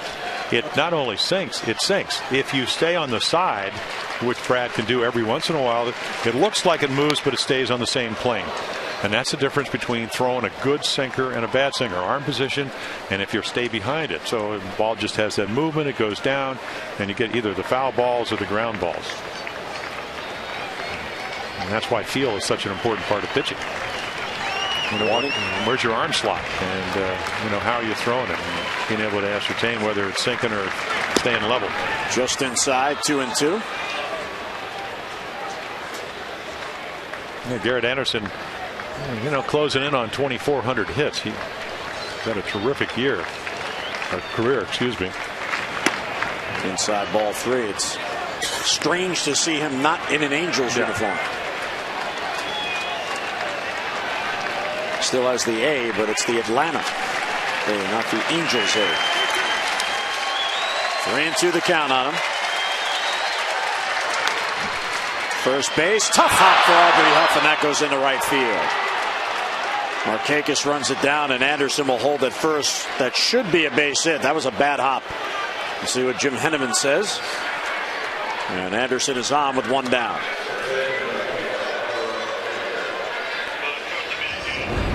Well, again, the infield speeding up here at Camden Yards. So just kind of did an overspin. Tries to catch it on the high hop and does it. And gets by him. Well, Jim Henneman says E3. So not a base hit for Anderson. Well, I'm sure that Jim is probably looking, how did he play it? Right. I mean, you had an option of coming in and sacrificing your body a little bit and knocking it down. And apparently that's what Jim Henneman thought he should have done. Rick Kranitz out for a visit. Let's get an update on the voting for the AT&T player of the game. Brad Bergesen, 45%. Ty Wigginton, 40%. Close race. Robert Andino, 15%. Still time to vote. Text in your vote now. A, B, or C to 51862. And Tom and Rick will have the results coming up on O's Extra Post Game. Bergesen would do anything right now for a double play ball to end the game. There's a slider for a strike. Well, they brought up Canaveras because of the Kochman injury, and he was having a monster year, 344 with 37 RBIs, 8 home runs down at AAA. So we know he can hit out over the plate. He had trouble with that pitch, and he keeps chasing it. Talked about how he looked like he moved off the plate a little bit, but if you get him to hit a ground ball at one of your infielders, it is probably going to be the double play. And again, there's that great light. Rick Kranitz came out and said, hey, relax. Just let the ball work for you. Nothing in 2 the count on Canaveras. And he got him. 2 men down. Now, Brad Bergesen did pitch 6 complete games in the minor leagues, 3 last year at AA Bowie. So it's not like he hasn't been in this situation. 2 outs in the 9th inning. Because he's just never done it at this level. Again, here's your X-Mode on top of the ball. Now, he's never going to get his arm up to 12 o'clock overhand, but what is his wrist position? Is it behind the ball? And it certainly was on that slider. Okay. Here's Prado, takes the ball. And the fans behind Bergesen, they want to see him complete this. 23-year-old out of Fairfield, California, in his 11th major league game. Pops it up. I believe the fans are chanting, "Let's go, Brad." Well, I mean, it's a great story. He has a great year last year, great spring. They send him down for some more innings at Norfolk, and he pitches just as well. You have injuries, guy's not pitching well. What an opportunity, and he has seized it. There's a foul ball on a weak swing. 1-2 the count on Prado. And it's fun to complete games because it tests your conditioning, it tests your ability to make pitches throughout 9 innings. 1-2 the count. Almost every fan in the ballpark on their feet. And he got him, and there's the complete game. So the Orioles behind the 23-year-old, changing their ways. First win on Sunday in the last 7 attempts, only their 2nd Sunday win on the year. And the 4th series finale win in 21 series on the year.